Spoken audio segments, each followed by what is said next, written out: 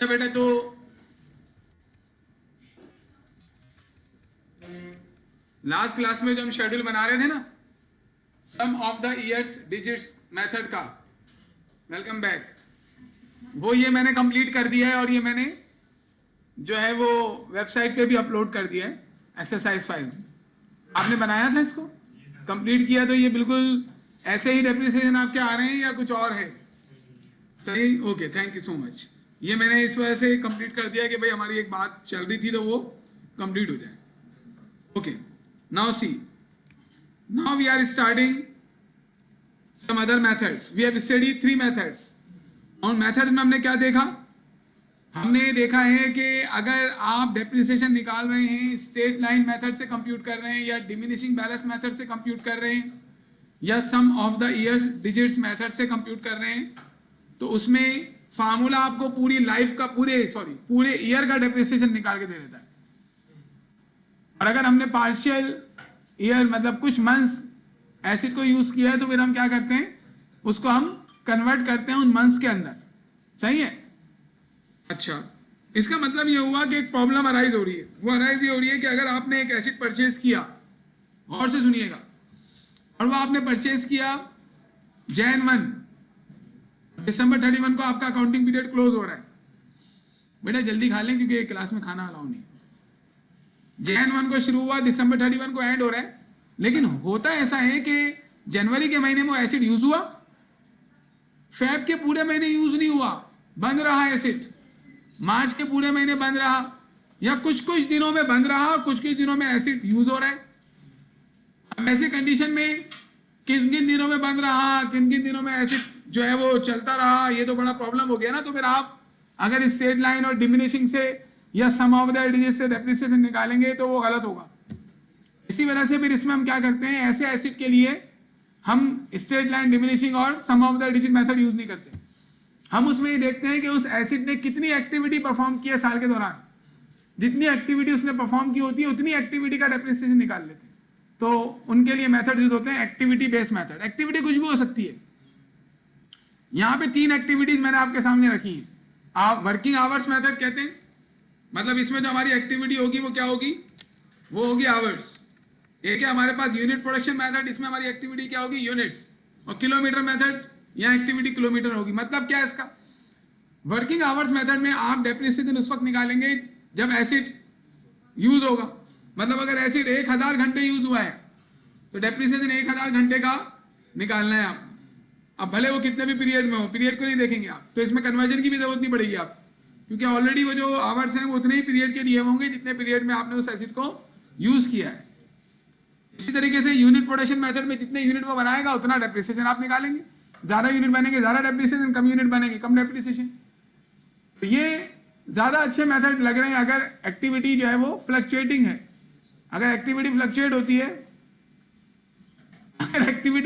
होती है, तो ऐसी कंडीशन में हमें ये चाहिए कि हम जो है वो एक्टिविटी को कंसीडर करते हुए डेप्रिसिएशन निकालें। पहले थोड़ी बात करने दें।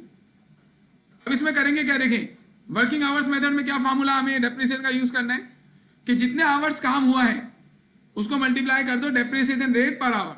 डेप्रिसिएशन रेट पर आवर क्या है, 1 घंटा यूज होगी मशीन तो कितनी एक्सपायर हो जाएगी। फॉर एग्जाम्पल मैं आपको बता दूं कि अगर मशीन 1 घंटा यूज होगी तो 10 रुपए की एक्सपायर होगी। ये मैंने आपको ऐसे बताया अपनी तरफ से।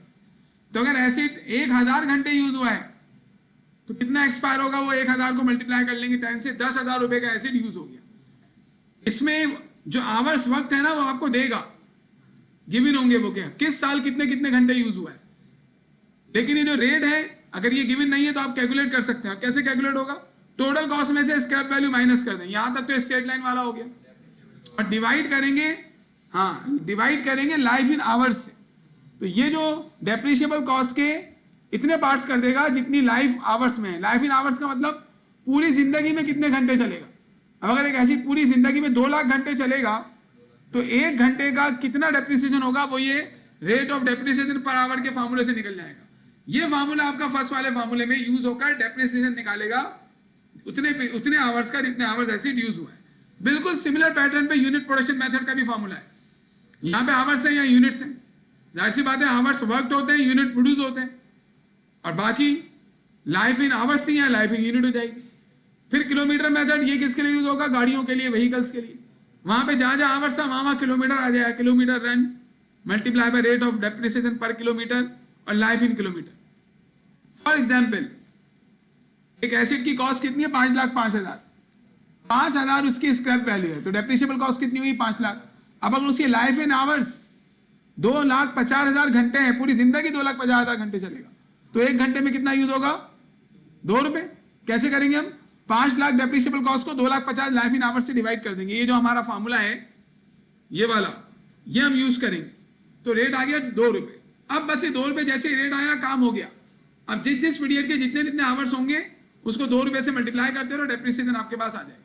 This is called activity based method. ये कब यूज करेंगे आप पेपर में तो वो आपको बता देगा आपको ये मेथड यूज करना है, लेकिन नॉर्मली ये उस एसिड के लिए यूज करते हैं जिसमें डेप्रिसिएशन का ताल्लुक एक्टिविटी से होता है। जैसे बिल्डिंग में डेप्रिसिएशन का ताल्लुक एक्टिविटी से थोड़ी है, लेकिन मशीन में एक्टिविटी हो सकती है। इक्विपमेंट में अगर एसी है, एसी कितने घंटे चला, हाँ इसमें एक्टिविटी हो सकती है। गाड़ियों में हो सकती है, फर्नीचर में एक्टिविटी नहीं हो सकती। फर्नीचर में तो आप जितने अरसे यूज किया वह निकाल लेंगे इसे डेप्रिसिएशन।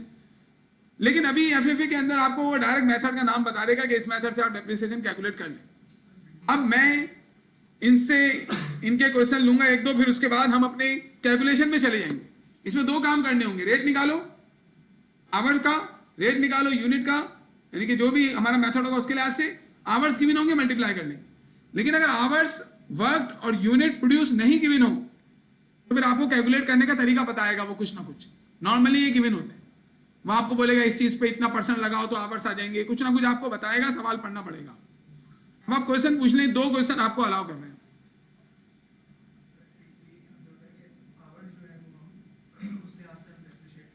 जितने घंटे यूज हुआ, जितने घंटे, फॉर एग्जाम्पल एक आज के दिन में 24 घंटे है ना, इन 24 घंटों में वो 4 घंटे चला, ये आवर्स वक्त हो गया हमारे, इसके लिहाज से डेफिनेशन निकाल।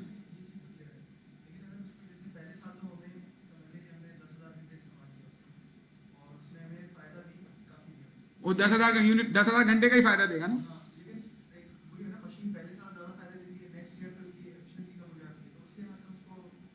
इसमें भी नहीं कर सकते ना ऐसे, इसमें तो हम ये देखेंगे भाई इतने घंटे चली बस, हाँ वो फिर घंटों के लिहाज से। अब इसमें कोई ना कोई एक फायदा ले रहे हो तो फिर दूसरा फायदा तो आपको सेक्रीफाइस करना पड़ेगा ना।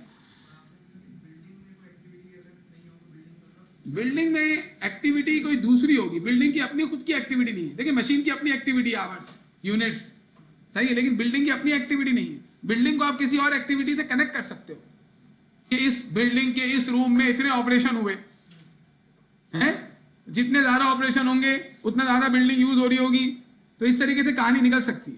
सही है, तो आपको उसको एक्टिविटी से कनेक्ट करना पड़ेगा।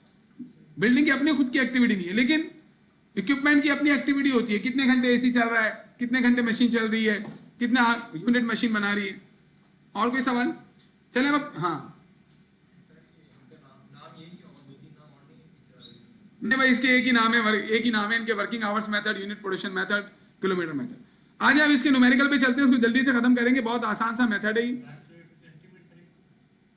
देखें लाइफ इन आवर्स भी एस्टिमेटेड होगी, लाइफ इन यूनिट्स भी एस्टिमेटेड होगी। लाइफ कभी भी आवर्स में हो, यूनिट्स में हो, किलोमीटर में हो, ईयर्स में हो, लाइफ कभी भी एक्चुअल हम नहीं बता सकते, इसका वैल्यू एक्चुअल नहीं बता सकते, हम सिर्फ कॉस्ट एक्चुअल बता सकते हैं। हमारे डेप्रिसिएशन के फार्मूले में यूज होने वाली हर चीज एस्टिमेटेड होती है, खुद डेप्रिसिएशन का मेथड भी एस्टिमेटेड होता है ना। If you are using straight line method, why? आपका अंदाजा होता है कि ये मेरे एसिड के लिए सही है। अगर आप डिमिनिशिंग बैलेंस मेथड यूज कर रहे हैं, क्यों कर रहे हैं? एस्टिमेटेड है कि भी मेरा एसिड मुझे शुरू में ज्यादा फायदे दे रहा है, बाद में कम देगा, तो मैं डिमिनिशिंग बैलेंस मेथड और sum of the addition method use करूंगा। तो अगर आप मेथड यूज कर रहे हैं किसी एसिड का डेप्रिसिएशन के लिए, तो वो मेथड भी गलत हो सकता है कि आपने गलत सेलेक्ट किया, बाद में फिर उसकी तब्दीली आएगी। फ्यूचर में अगर आपको मालूम चल जाएगा ये मेथड गलत है। हर चीज इसमें एस्टिमेटेड है कॉस्ट के अलावा। ओके, ये बात बहुत इंपॉर्टेंट है, आगे अकाउंटिंग आप पढ़ेंगे ना लीज वगैरह की, उसमें बहुत काम आएगी। एस्टिमेशन कहाँ, जहां जहां एस्टिमेशन आई आपका दिमाग चलना चाहिए कि ये अकाउंटिंग में ये चीज हम एस्टिमेट करके लिख रहे हैं, ये हमारी एक्चुअल चीज है, ये चीज जो है अभी हुई नहीं है, ये हो चुकी है, कैसे उसको थोड़ा दिमाग लगाकर आपको चीजों को एनालाइज करना चाहिए। देखिए पेपर आप पढ़ते रहे, प्रैक्टिस करते रहे, एग्जाम के टाइम ज़्यादा पढ़ेंगे, पेपर पास हो जाएगा। लेकिन आप नेक्स्ट क्लास में जाएंगे, आप बैठे हुए FACR में, आपकी नॉलेज में और अगर आपके बराबर वाले की नॉलेज में फ़र्क हुआ तो वो चीज़ों को ज़्यादा तेज़ी से समझ रहा होगा, परफॉर्मेंस भी उसकी क्लास में अच्छी होगी। अगर आपकी नॉलेज ज़्यादा हुई तो फिर आपकी परफॉर्मेंस अच्छी होगी और आप आसानी से FACR में एक्सेल कर सकेंगे। तो वो डिपेंड करता है, मतलब सिर्फ पेपर पास करना मकसद नहीं होना चाहिए। अब आपने डेप्रिसिएशन पढ़ लिया, फॉर एग्जाम्पल मैंने कंप्लीट करवा दिया, कंप्लीट थोड़ी होगा इस तरीके से। आपको फिर चाहिए कि पेपर के बाद जो गैप मिले उसमें कोई एक चैप्टर खोलें, किताबें पढ़ निकालें और किताबों खोल के पढ़ें कि हमने जो पढ़ा था उसके अलावा क्या चीज़ इसमें मौजूद है। ये करना चाहिए। This is a very healthy activity. एक क्वेश्चन पढ़ते हैं। अच्छा, इसमें आपने एक एसिड खरीदा, फॉर एग्जाम्पल जैन 15 को, बल्कि जैन 18 को आपने एसिड परचेज किया, आपका अकाउंटिंग ईयर दिसंबर 31 को क्लोज हो रहा है। तो वैसे sum of the digit straight line और डिमिनिशिंग क्या कह रहा था कि आपने जनवरी 18 को खरीदा तो जनवरी के महीने का डेप्रिसिएशन नहीं निकालो, 11 महीने का निकालो। ये ऐसा नहीं कहेगा, ये इनमें कोई भी मेथड। ये क्या कह रहा है, जो आवर्स गिवन होंगे ना आपको, वो जनवरी 18 से तो गिवन होंगे। आप जो आवर्स या जो यूनिट आपको गिवन होंगे वो जनवरी 18 से दिसंबर 31 के गिवन होंगे, तो उनको कन्वर्ट करने की जरूरत थोड़ी है, वो तो उतने पीरियड के आवर्स है, वो उस पर डायरेक्ट रेट अप्लाई कर दें। No conversion in this activity based method. A machine was acquired on Feb 15, 2015 at a cost of rupees 5,30,000। नजर आ रहा है आपको क्वेश्चन जी? Machine has useful life of 2,50,000 units and 1,50,000 hours. ये मशीन की life है। दो तरीके से इन्होंने लाइफ दी हुई है। पहला तरीका क्या इन्होंने लगाया है कि 2,50,000 यूनिट बना सकती है, और दूसरा वो 1,25,000 घंटे चल सकती है। दोनों लाइफ दे दी है पूरे जिंदगी के। Compute depreciation charge for the machine under each case. पहला केस क्या है, कंपनी यूज कर रही है यूनिट प्रोडक्शन मेथड, और मशीन ने 2015 में 40,000 यूनिट बनाए, 16 में 50,000, 17 में 30,000, इस तरीके से उन्होंने सारे यूनिट्स बना दिए। और इन तमाम यूनिट्स को सम करेंगे ना तो पूरे हमारे पास कितने यूनिट्स हैं, 2,50,000, ये पूरे बन जाएंगे। जरूरी नहीं है कि आपको सारी लाइफ के यूनिट्स का दे दे, ये तो मैंने पूरा कंप्लीट बनाया है। अब इसका डेप्रिसिएशन निकालते हैं। देखिए, सबसे पहले आप शेड्यूल में क्या करेंगे, आप बोलेंगे कि भाई schedule for depreciation charge unit production method, formula लिख देंगे depreciation unit produce multiply by depreciation rate per unit. अब इसमें यूनिट प्रोड्यूस तो उसने क्वेश्चन में दे दिए ना, देखें केस नंबर 1 में देखिए उसने बता दिए कि किस किस पीरियड में कितने कितने यूनिट प्रोड्यूस हुए, लेकिन rate of depreciation per unit ऊपर नहीं दिया हुआ, वो हम कैलकुलेट करेंगे। कैसे कैलकुलेट करेंगे, टोटल कॉस्ट चाहिए, कितनी टोटल कॉस्ट है 5,30,000, इसका वैल्यू 30, लाइफ इन यूनिट दी हुई है 2,50,000, इन 2,50,000, इसकी मदद से हमारा रेट निकलेगा, 2 रुपये रेट आएगा। तो हम इधर निकाल लेते हैं लाइफ इन यूनिट्स। जी बताइए, टोटल कॉस्ट कितनी थी, 5,30,000 माइनस 30,000 और divided by life in units 2,50,000। अब इनको जब लेस करेंगे ना 5,30,000 में 30,000 तो कितना आ जाएगा, 5 लाख डिवाइड बाय 2,50,000, हमारा रेट आ गया 2 रुपए। सही। तो इसका मतलब क्या हुआ, मशीन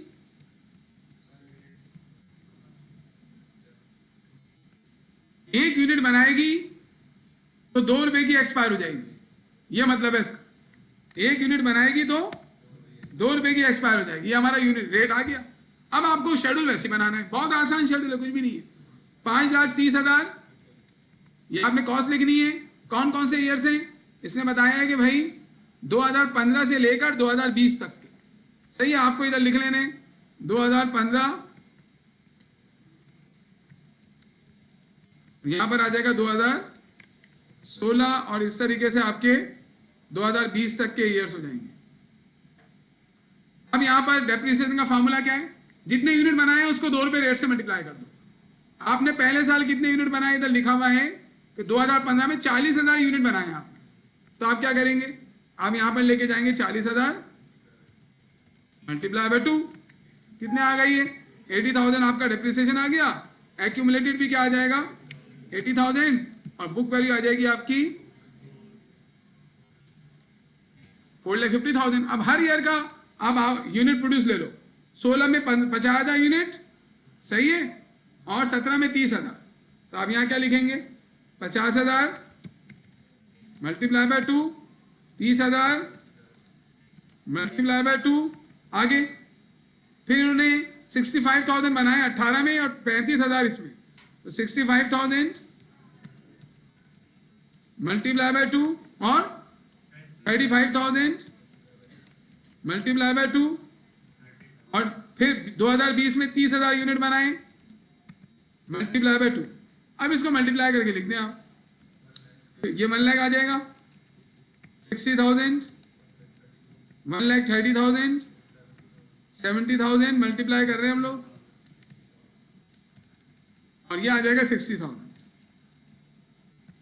फिर हम एक्यूमुलेटेड निकाल लेंगे, वही तरीका हमारा आ रहा है।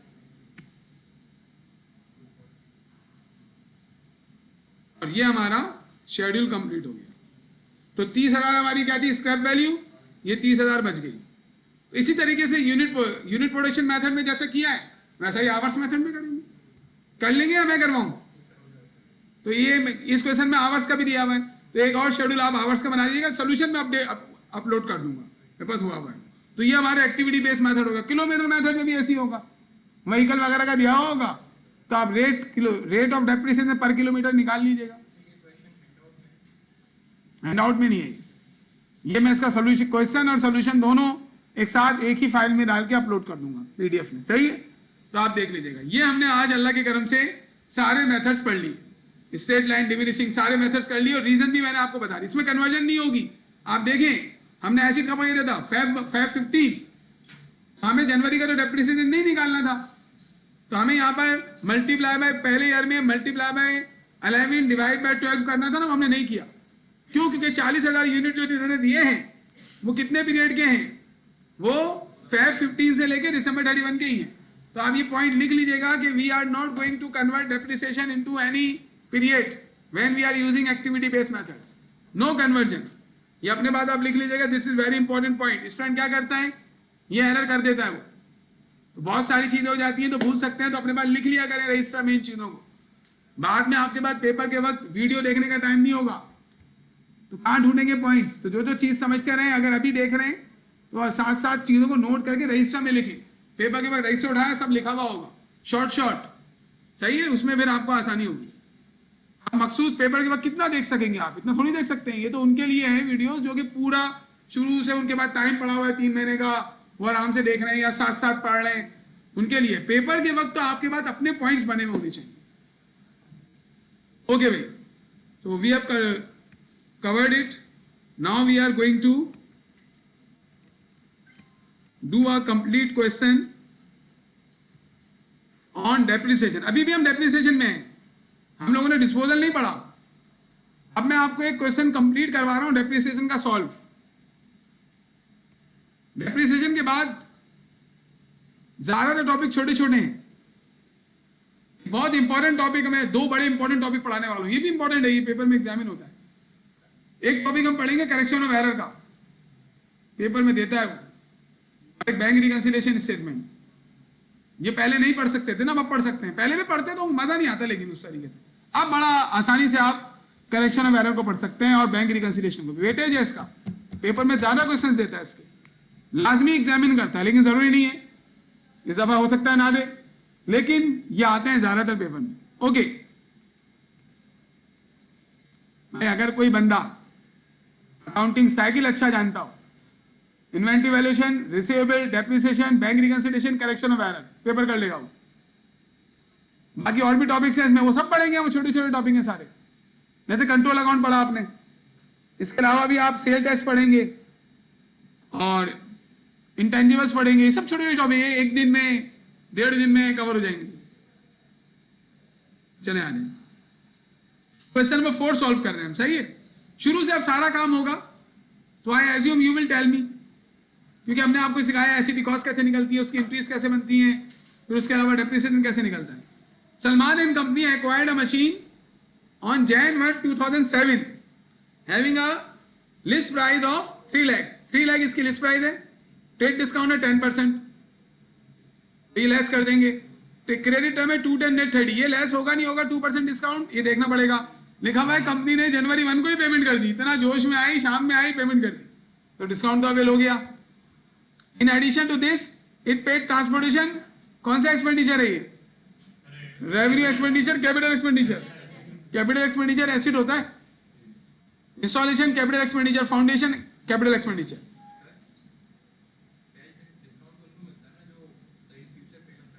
नहीं, आपको आज क्रेडिट टर्म दी, उसमें बता दिया कि 2% डिस्काउंट मिलेगा अगर 10 दिन में पेमेंट कर दो।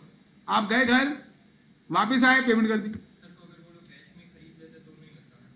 फिर तो नहीं मिलता ना। उन्होंने तो वो टर्म दी थी, उधार में खरीद के वो चले गए थे, फिर वापस आके उन्होंने पेमेंट कर दी।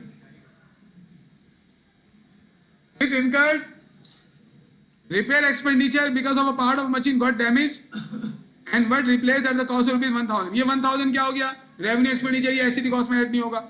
लाइव एसिड की बात साल है, स्क्रैप वैल्यू में ई भी लग गया, ई नहीं आता स्क्रैप में, स्क्रैप वैल्यू 2000 है। कंपनी यूज कर रही है straight line method for depreciation charge. अभी अजान हो रही है तो हम अजान के लिए थोड़ा सा रुक जाते हैं।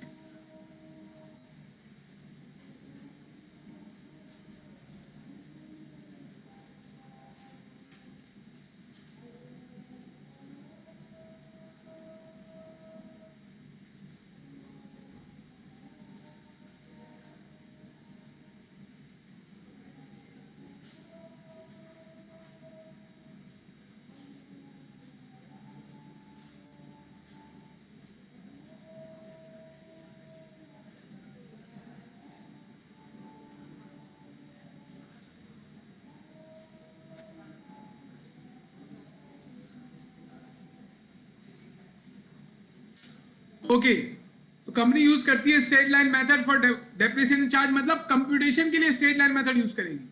And allowance method for recording, इसका मतलब क्या है? बताया था मैंने कि डेप्रिसिएशन रिकॉर्ड करते वक्त डेप्रिसिएशन एक्सपेंस डेबिट और मशीन क्रेडिट नहीं करेगी, बल्कि डेप्रिसिएशन एक्सपेंस डेबिट करके अलाउंस फॉर डेप्रिसिएशन क्रेडिट करेगी। डेप्रिसिएशन को रिकॉर्ड करने का एक पुराना मेथड होता था जिसे कहते थे डायरेक्ट राइट ऑफ मेथड, उसमें डेप्रिसिएशन एक्सपेंस डेबिट करके मशीन क्रेडिट कर देते थे या फर्नीचर जो भी। लेकिन अब तो हम लोग तो ऐसे नहीं करते ना, हम लोग क्या करते हैं? Depreciation expense debit, allowance for depreciation या एक्यूमुलेटेड डेप्रिसिएशन मशीनरी क्रेडिट, तो ऐसे अलाउंस मेथड कहते हैं। The accounting year ends on December 31, तो देखिए ना जनवरी 1 को खरीदा है, December 31 को एंड हो रहा है, तो पूरे साल का निकलेगा, कोई मसला नहीं है। आगे आ जाओ, इन्होंने क्या क्या मांगा है? सबसे पहले तो बोल रहे हैं कॉस्ट निकालने हम, सही है, तो हम लोग पहले कॉस्ट निकाल लेते हैं। आइए इस क्वेश्चन को सॉल्व करते हैं। ये तो हो गया खत्म।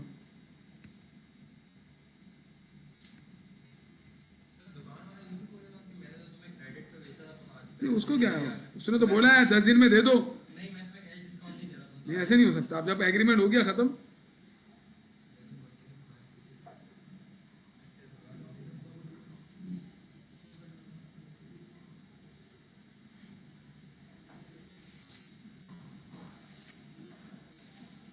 We are going to compute, ये क्वेश्चन नंबर 4 की रिक्वायर्ड नंबर 1 सॉल्व कर रहे हैं, that is computation of total cost. सही है, तो टोटल कॉस्ट कंप्यूट करवाएं आप। सबसे पहले क्या करते हैं? सबसे पहले लिस्ट प्राइस देखते हैं। तो हमारी लिस्ट प्राइस कितनी है एसिड की? 3 लाख। जी, लिस्ट प्राइस लिख देनी है हमें 3 लाख रुपीज। अब इसमें से सबसे पहले हमें क्या लेस करना होता है? Trade discount. तो ट्रेड डिस्काउंट हमारे क्वेश्चन में गिवन है 10%, तो हम लेस कर देंगे ट्रेड डिस्काउंट। ये कंप्लीट क्वेश्चन है, इसमें जितनी चीजें बन सकती हैं वो सारी हम आपको बना के दिखा देंगे। फिर एक ऐसा मैं क्वेश्चन दूंगा जो आपको डिमिनिशिंग बैलेंस मेथड से करना होगा, फिर मैं फॉरन डिस्पोजल पे चला जाऊंगा। यानी अगर कोई क्वेश्चन आता है तो उसमें क्या क्या मांग सकता है आपसे, वो इस क्वेश्चन में मैं दिखा रहा हूँ आपको। मैंने आपको पहले कॉस्ट अलग कंप्यूट करने दिखाई, कंप्यूटेशन हमने सारे पढ़े डेप्रिसिएशन के। अब हम इसको कंप्लीट कर रहे हैं कि क्या क्या हो सकता है, लेकिन मेथड एक ही है इसमें। ट्रेड डिस्काउंट लेस करेंगे, एंड ट्रेड डिस्काउंट कितना परसेंट है? हाँ, तो हम 3 लाख रुपए का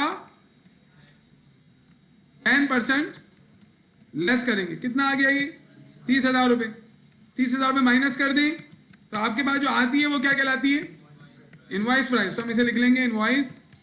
फिर इसमें से लेस करते हैं हम क्या? कैश डिस्काउंट अगर अवेल हुआ है तो। और यहाँ जनवरी 1 को ही हमने पेमेंट कर दी तो 2% कैश डिस्काउंट अवेल होगा, तो हम लेस करेंगे क्या? Cash discount 2%। बाकी एहतियात मैंने आपको बता दी थी कि 2% का मतलब मल्टीप्लाई बाय 2 डिवाइडेड बाय 100, 10 नहीं कर देना। तो हमें लेस कर लेंगे इसमें से 2% डिस्काउंट। ये आ गया 5,400। इसको लेस करने के बाद जो आता है ना वो कहलाता है नेट कैश प्राइस। लेकिन हमारे क्वेश्चन में सेल टैक्स मौजूद नहीं है, जिसकी वजह से हम इसी को क्या बोल देंगे? Net invoice.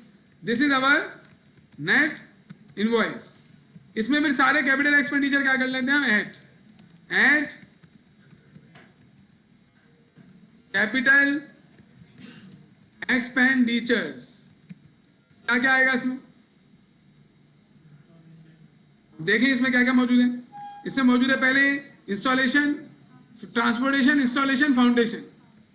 तो ट्रांसपोर्टेशन और इंस्टॉलेशन है, फिर इंस्टॉलेशन एंड फाउंडेशन।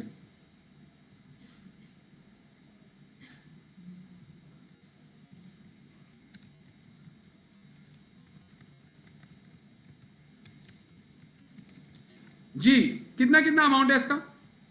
इंस्टॉलेशन का अमाउंट फाउंड ये है, ट्रांसपोर्टेशन का 5560 और इंस्टॉलेशन का 1000, इसका 840। 1000 और 840 इनको ऐड कर लेंगे तो टोटल कैपिटल एक्सपेंडिचर आ जाएंगे और इनको फिर एसेट की कॉस्ट में ऐड कर लेंगे। इसको हम लिख देंगे क्या? Total capital expenditures. अब इसको सम कर लेंगे किसको? टोटल कैपिटल एक्सपेंडिचर और नेट इनवॉइस। तो आपके पास एसेट की टोटल कॉस्ट आ गई, खत्म हो गया। कॉस्ट निकल गई। उसके बाद दूसरा काम क्या बोल रहा है? ये बोल रहा है कि भाई डेप्रिशिएबल कॉस्ट निकालो। What is depreciable cost? Total cost में से आप इसका वैल्यू माइनस कर दें, डेप्रिशिएबल कॉस्ट आ जाएगी। इसने ऐसे ही निकलवा दी, आपसे अलग से निकलवा रहे हैं तो हम निकाल के दे देंगे इसको। रिक्वायर्ड में देखें फॉर्मूला लिख देंगे हम क्या? If you want to compute depreciable cost तो आप क्या करें? टोटल कॉस्ट में से माइनस कर दें स्क्रैप वैल्यू। स्क्रैप वैल्यू बोल रहा है वो, तो इसको आप कर दें। क्या होगा? टोटल कॉस्ट कितनी हमने निकाली है अभी? 2,72,000। और स्क्रैप वैल्यू कितनी है? इसके लिए क्वेश्चन में जाएं और इसने स्क्रैप वैल्यू हमें बताई हुई है 2,000। तो आप 2,000 रुपये इसमें से लेस कर लें तो आपके पास डेप्रिशिएबल कॉस्ट आ गई 2,70,000। मतलब कि पूरी लाइफ में, एसेट की पूरी लाइफ में 5 साल में 2,70,000 एक्सपायर होगा, 2,000 रिकवर हो जाएगा। अब इसके बाद आपको शेड्यूल बनाना है डेप्रिसिएशन का। देखिए रिक्वायर्ड नंबर 3 में बोल रहा है कि आप क्या करें? एस्टिमेटेड डेप्रिसिएशन निकालें पूरी लाइफ का। तो हम जाते हैं और शेड्यूल बना लेते हैं। कहाँ है शेड्यूल? ये रहा शेड्यूल। हम क्या करेंगे शेड्यूल में? सबसे पहले हम लिखेंगे क्या? Schedule for depreciation charge. कौन सा मेथड है? Straight line method. फॉर्मूला क्या होता है? Depreciation is equal to total cost. देखिए वही चीजें चल रही है, थोड़ा फ्लो में हम सारी चीजें आपको दिखा रहे हैं। Total cost minus scrap value. 20 minute के बाद नई चीजें आना शुरू हो जाएंगी, लेकिन यहाँ पे आपको काफी चीजें मालूम चलेंगी। अभी नई चीज मतलब एक नया जो है वो इसका फेज शुरू हो जाएगा, डेट इज डिस्पोजल। इसको मल्टीप्लाई करेंगे किससे? 1/लाइफ से। जी तो इसमें आप क्या करेंगे? डेट, ईयर और computation depreciation expense accumulated depreciation या अलाउंस फॉर डेप्रिसिएशन और बुक वैल्यू या कैरिंग वैल्यू या रिटर्न डाउन वैल्यू। ये बाकी नाम भी इसके याद रखें। आप बुक्स पढ़ेंगे ना सीए की या एसीसीए की, तो वहाँ बुक वैल्यू का वर्ड के बजाय कैरिंग वैल्यू का वर्ड यूज होता है। तो मैंने सारी टर्म्स इसी वजह से बताई आप। कुछ बुक्स में रिटर्न डाउन वैल्यू भी यूज होती है। रिटर्न डाउन नाम बताया देते मैंने बुक वैल्यू के सारे आपको। अब सबसे पहले टोटल कॉस्ट लिखेंगे। कितनी टोटल कॉस्ट कंप्यूट की थी हमने? 2,72,000। ये हमने अभी कंप्यूट की थी ना बेटा, ये रही। कैसी बातें कर रहे हैं आप लोग, कहाँ से आई टोटल कॉस्ट? ये देखें, ये हमने कंप्यूट की है टोटल कॉस्ट 2,72,000। ये आ गई ना 2,72,000। हम जाएंगे अपने शेड्यूल में, वापस लेके नहीं आए। कहाँ से आई? किसने बोला था ये? मैंने खुद बोला है। चलें, सबसे पहले डेप्रिसिएशन निकालेंगे कौन से ईयर का? 2001 का ही निकालेंगे ना। कब खरीदा एसिड हमने? 2007। ओके, 2007 का डेप्रिसिएशन निकलेगा, फिर 2008 का निकलेगा, फिर उसके बाद 5 इयर्स एसिड की लाइफ है, 5 साल का आपको डेप्रिसिएशन निकालना है। तो यहां तक का डेप्रिसिएशन आएगा। क्या तरीका है?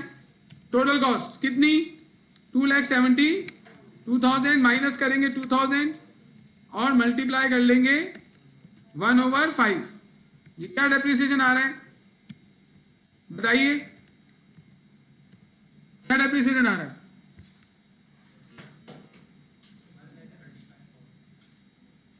नहीं आ सकता। 1,35,000 कैसे आएगा? 5 से डिवाइड कर रहे हो, 2 से थोड़ी कर रहे हो डिवाइड। 54,000। अब हमें मालूम है कि क्योंकि पहले साल भी हमने पूरे साल का डेप्रिसिएशन निकाला है, तो हर साल 54 ही आएगा। सही है, तो हमें इतनी ज्यादा परेशानी की जरूरत नहीं है। बेटा आप सारा एक साथ लिख रही हो। आप पहले 2,72,000 में से 2,000 लेस करो, 2,70,000 आएगा, फिर उसको 5 से डिवाइड करें। जल्दी बताएं, हो गया? इतना बुरा नहीं करना था।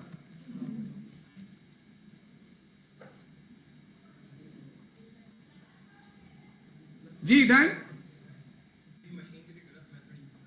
नहीं, आपको अगर आप सारा एक साथ लिख देंगे ना, तो वो पहले मल्टीप्लाई करेगा किसको? 2,000 को, और 1/5 को मल्टीप्लाई कर देगा। आगे आपका अमाउंट। अच्छा, अब इसके बाद आप एक्यूमुलेटेड निकाल लें सारे। अच्छा गलत, ऐसी बात है यार, वो तो तुम लोगों को मैंने पहले बता दिया ना।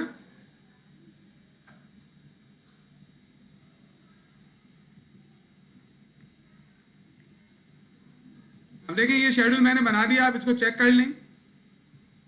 अगर कोई एरर है तो बता दें। 2,000 रुपये स्क्रैप वैल्यू बच गई और 2,70,000 रुपये पूरी कॉस्ट एक्सपायर हो गई। अब हमें मालूम है हर साल का डेप्रिसिएशन कितना है? 54,000। अब हम जाके इसकी एंट्रीज बनाएंगे। हमने एंट्रीज परचेज की सीखी हुई है, और डेप्रिसिएशन की हमें पहले से आती थी। एडजस्टमेंट थी ना, ये मैंने आपको अकाउंटिंग साइकिल में ही पढ़ा दी थी। अब आइए जरा हम लोग इसकी एंट्रीज बनाते हैं। इसने रिक्वायर्ड नंबर 3 में देखें क्या मांगी है। इसने बोला है 4 में, बोल रहा है कि पहले एक्विजिशन की एंट्रीज बनाओ, परचेज की, कैपिटल एक्सपेंडिचर, रेवेन्यू एक्सपेंडिचर की एंट्री बनाओ, और फिर उसके बाद पूरे लाइफ के डेप्रिसिएशन की एंट्री बनाओ। सही है, कोई मसला नहीं है। अच्छा, ये जो चीज अभी हम कर रहे हैं ना, ये मेरे साथ आप पहली और आखिरी मर्तबा ये पूरा प्रोसेस देख रहे हैं, और फ्यूचर में टीचर आपको पूरा प्रोसेस दिखाएगा भी नहीं अब, क्योंकि एफएसीआर में खास बात है, उसमें एस्ट्रैक्ट्स बनते हैं फाइनेंशियल स्टेटमेंट के। एस्ट्रैक्ट्स सिर्फ फाइनेंशियल स्टेटमेंट के न्यूमेरिकल के अलावा जितने भी न्यूमेरिकल होंगे ना, उसमें सारे फाइनेंशियल स्टेटमेंट शॉर्ट फॉर्म में होंगे। एंट्रीज भी कुछ बना रहे होंगे आप, कुछ नहीं बना रहे होंगे, पूरी पिक्चर नजर नहीं आएगी आपको, जिसकी वजह से प्रॉब्लम हो सकती है। तो अभी से ही आप ये सारी चीज अपनी पक्की करके रखें कि पहले ये होता है, फिर ये होता है, फिर ये होता है। तो हम पूरा आपको क्वेश्चन इसी वजह से दिखा रहे हैं।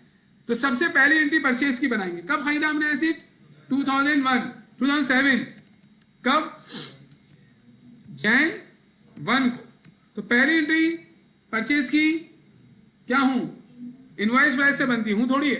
पहली एंट्री हमेशा इनवॉइस प्राइस से बनती है, और इनवॉइस प्राइस कितनी है? 2,70,000।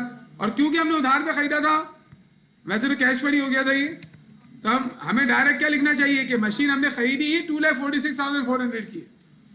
एक ही दिन के अंदर अगर लाइबिलिटी वगैरह क्रिएट हो रही हो ना, तो वो नहीं करते काम। असल एंट्री इसकी क्या है? वैसे पहले मैं आप वाली एंट्री बनाता हूं, मशीन डेबिट, अकाउंट सेबल क्रेडिट। डिस्काउंट आएगा ही नहीं, रिकॉर्ड ही नहीं हुआ होगा। हाँ, 2,64,600 से एंट्री बन जाएगी, लेकिन हम डिटेल वाली बना लेते हैं, बात वही हो जाएगी। लेकिन असल तरीका यही है कि एक ही दिन में अगर सारा हो गया तो फिर आप जितने से आपने पेमेंट की वो उतने से मशीन रिकॉर्ड कर लो, machine debit cash credit 264600, cash पर कंसीडर कर लेंगे और इतने ही अमाउंट से लिख लेंगे, ये जो अमाउंट है हमारा, कुछ होगा ही नहीं ना, बस पहली एंट्री कैश पे बन जाएगी। लेकिन हम ऐसे नहीं बना रहे अभी। मशीन डेबिट कितने से करेंगे? इनवॉइस प्राइस से 2,70,000। एक काम करते हैं, we change the date of payment, उसको कर देते हैं 2, ताकि ये पूरी एंट्रीज बन जाए। और बाकी बात मैं आपको कम्युनिकेट कर चुका हूं ना, अगर फर्स्ट को ही पेमेंट हो जाए तो आप entry direct net cash price मतलब 2,64,600 से ही बना दें ना। उसी दिन लायबिलिटी आई, उसी दिन पेमेंट हो गई, तो बता मशीन डेबिट कैश क्रेडिट कर दें 2,64,600 से। ये बात मैंने कम्युनिकेट कर दी। But I am changing the date of the numerical in this video. हाँ, 2 कर रहा हूं मैं उसको, पेमेंट की डेट।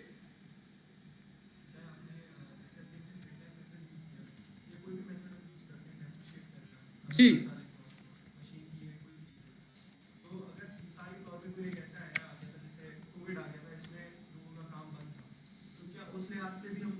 मेथड को चेंज कर सकते हैं आप। You are allowed to change the method of depreciation, लेकिन प्रिंसिपल ऑफ कंसिस्टेंसी ये कहती है कि आपको ये सही करें कि आपको जो है वो बार बार चेंजेस नहीं करनी चाहिए। ये तो एक्स्ट्रा ऑर्डिनरी कोविड का जो सिचुएशन आप बता रहे हैं,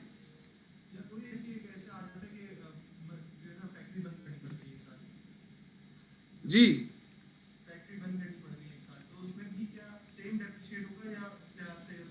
नहीं चेंज करेंगे। अगर कोई ऐसा रीस्ट्रक्चरिंग वाला मामला आता है तब्दीली करेंगे। जो भी तब्दीली आ रही है ना, अगर बड़ी तब्दीली है, इससे इंपैक्ट आ रहा है आपकी बिजनेस पे, यू विल चेंज इट। क्या हो गया इसको? अभी तो सही चल रहा था ना? ओके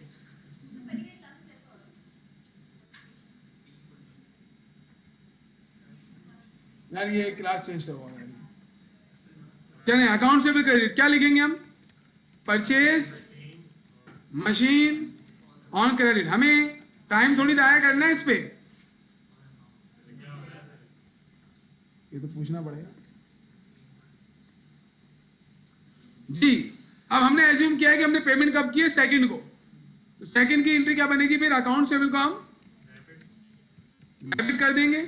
कितने से? पूरे 2,70,000 से।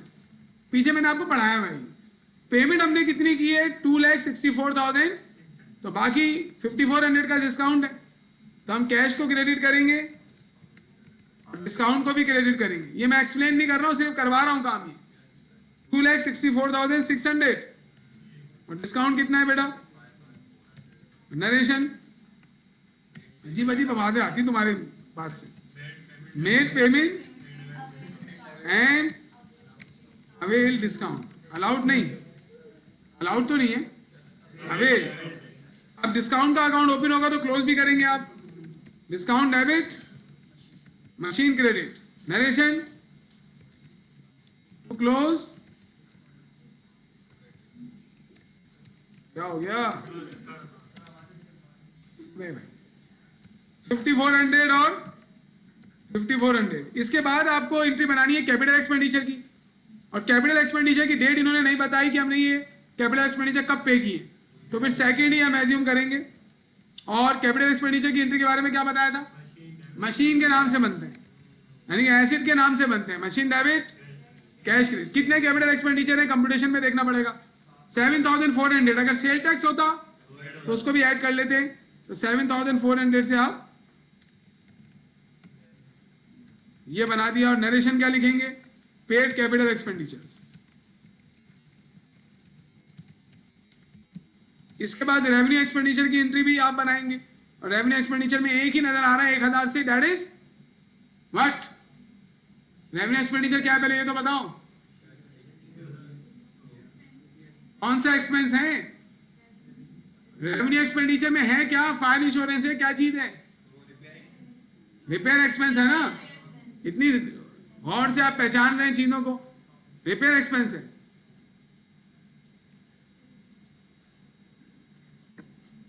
सर मार्कर नहीं है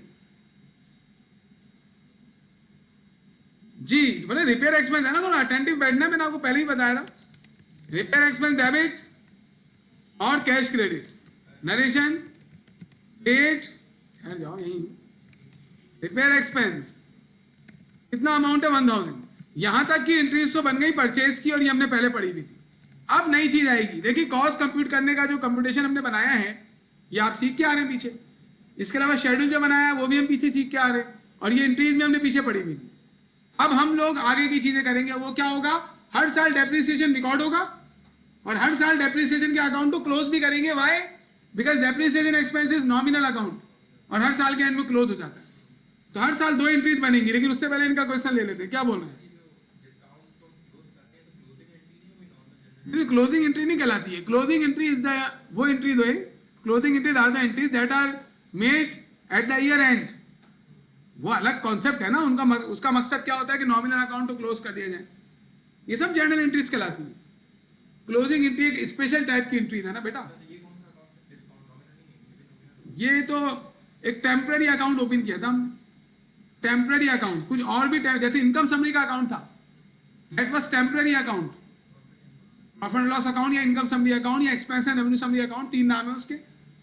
वो एक टेम्पररी अकाउंट है। इस तरीके से डिस्काउंट का अकाउंट भी टेम्पररी अकाउंट है। टेम्पररी अकाउंट की अपनी खुद की नेचर नहीं होती, उसमें जो जाता है ना वो उसकी नेचर बन जाती है।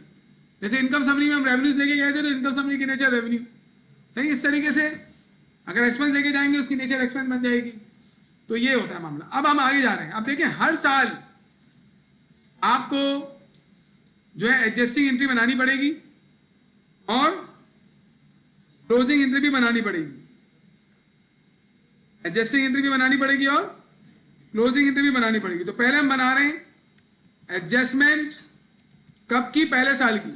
कितना डेप्रिसिएशन आया था हमारा 54,000। तो आप कब एंट्री बना रहे हैं एडजस्टमेंट? दिसंबर 31। ऊपर ईयर लिखा हुआ है, ऊपर जर्नल में देखें 2007 लिखा हुआ है, तो आपको 2007 लिखने की जरूरत नहीं है। क्या एंट्री बनेगी? डेप्रिसिएशन एक्सपेंस डेबिट और एक्यूमुलेटेड या अलाउंस फॉर डेप्रिसिएशन क्रेडिट। किसका? मशीन का।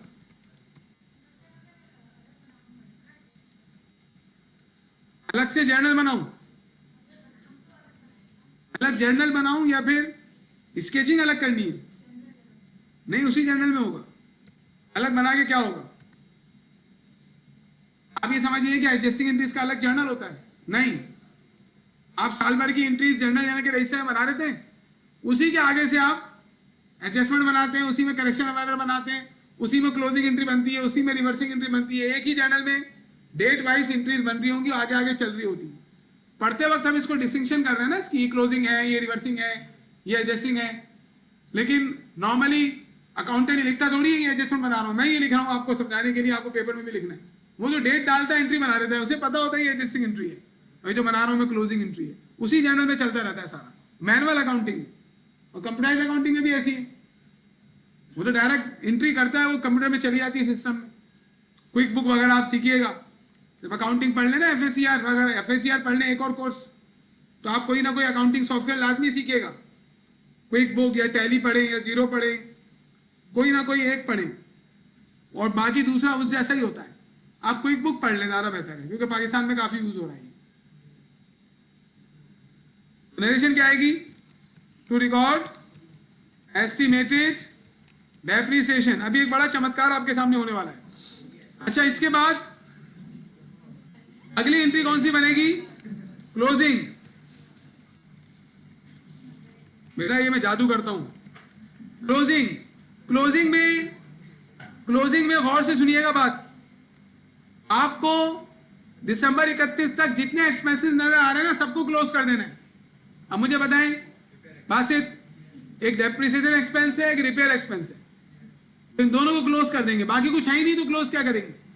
तो आप क्या करेंगे, इसको कैसे क्लोज करेंगे? रिपेयर एक्सपेंस भी क्रेडिट और डेप्रिसिएशन एक्सपेंस भी क्रेडिट, और डेबिट किसको करेंगे? इनकम समरी को। अभी देखें, ये जो क्लोजिंग एंट्री हमने पीछे पढ़ी थी, पूरी कंप्लीट पढ़ी थी। अब अगर वो अकाउंटिंग साइकिल आप निकाल दें और पहले डेप्रिसिएशन पढ़ें, तो यहां पर आप मुझसे पूछेंगे ये क्या है, मैं बोलूंगा रट्टा लगा लो, तो अब रट्टा लगाने की जरूरत नहीं। आपको मालूम है ये पार्शियल क्लोजिंग एंट्री बन रही है, असल फॉर्म इसकी ये नहीं है। असल फॉर्म तो इसकी ये है। अब जैसे आपने एक एडजस्टमेंट बनाई है, एक थोड़ी बनती है, सारी बन रही होंगी ना। हम लेकिन इस टॉपिक में लिमिटेड है, तो हमें इसी वजह से सिर्फ यही बनानी पड़ेगी। रिपेयर 1000, डेप्रिसिएशन 54,000, दोनों मिलाकर हो गए 55,000। और नरेशन लिख देंगे हम, to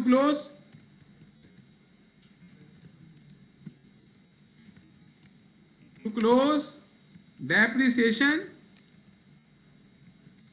and repair expense accounts. दो अकाउंट्स हमने क्लोज किए, हमने दोनों के नाम लिख दिए। ये पहला साल खत्म हो गया। क्या क्या हुआ? परचेज की एंट्रीज बनी और उसके बाद डेप्रिसिएशन की एडजस्टमेंट और क्लोजिंग। अब हर साल दूसरे साल के परचेज की एंट्री दोबारा बनाएंगे आप हैं? अगर एसिड को खरीद लिया तो बनाएंगे, लेकिन अभी तो इस सवाल में कोई एसिड हमने परचेज नहीं किया, तो दूसरे साल सिर्फ क्या बनेगी? एडजस्टमेंट और क्लोजिंग। तो एडजस्टमेंट तो ऐसी बनेगी, सेम टू सेम, लेकिन ईयर चेंज हो जाएगा। यहां पे ईयर लिखेंगे आप 2008, बाकी पूरी एंट्री ऐसी कैसी होगी। फिर इसके नीचे बनेगी क्लोजिंग। क्लोजिंग में दोबारा क्यों लिख रहा हूं? क्योंकि उसमें इस साल रिपेयर एक्सपेंस नहीं है, सिर्फ डेप्रिसिएशन एक्सपेंस है। तो आप 31 लिखेंगे। ओ 32 आ गया, 31 आ गया। इनकम समरी डेबिट और depreciation expense credit to close. अच्छा, कुछ लोग होते हैं पूछते क्या हुआ था क्या हुआ था, अब उसके लिए टाइम नहीं है हमारे पास। टू क्लोज गौर से देखना होता ताकि मालूम चले कि क्या हुआ था। डेप्रिसिएशन एक्सपेंस कितना अमाउंट है? 54 ही। और हमें शेड्यूल में भी बार बार देखने की जरूरत नहीं पड़ रही। अभी क्वेश्चन मुझसे क्या कह रहा है, सर आप ये जो एक्यूमुलेटेड डेप्रिसिएशन लिख रहे हैं ना, ये गलत लिख रहे हैं। आप देखें शेड्यूल में जाएं। मैं बोला अच्छा जा रहा हूं। बोला आप शेड्यूल में जाएं, एक्यूमुलेटेड दूसरे साल कितना नजर आ रहा है? 1,08,000। तो दूसरे साल आप 1,08,000 लिखे ना आप, वो खुद ब खुद सम हो जाएगा। आपको सम 1,08,000 लिखने की जरूरत नहीं है। सारी एंट्रीज इन्हीं अमाउंट से बनेंगी। एंट्रीज हमेशा क्लोजिंग, एडजस्टिंग, डेप्रिसिएशन एक्सपेंस के कॉलम में जो अमाउंट है उससे बनेगी। होगा ये कि जब आप अकाउंट बनाएंगे ना, अकाउंट, तो पिछला 54 एक्यूमुलेट। देखिए ये जो डेप्रिसिएशन एक्सपेंस था ना, ये तो यहां क्लोज हो गया, लेकिन ये accumulated depreciation Contra tangible non current acid है, ये क्लोज नहीं होगा। ये बैलेंस शीट में जाता है, अगले साल ट्रांसफर होता है, तो ये फिर अगले साल दोबारा से इसमें ये वाला ऐड हो जाएगा। ऐड होता रहेगा, अभी अकाउंट में आपको नजर आएगा। अगर इस चीज से रिलेटेड आप क्वेश्चन पूछ रहे हैं तो थोड़ा वेट करें। वालेकुम सलाम, कैसे हैं आप लोग? बेहतरीन, जबरदस्त। हाँ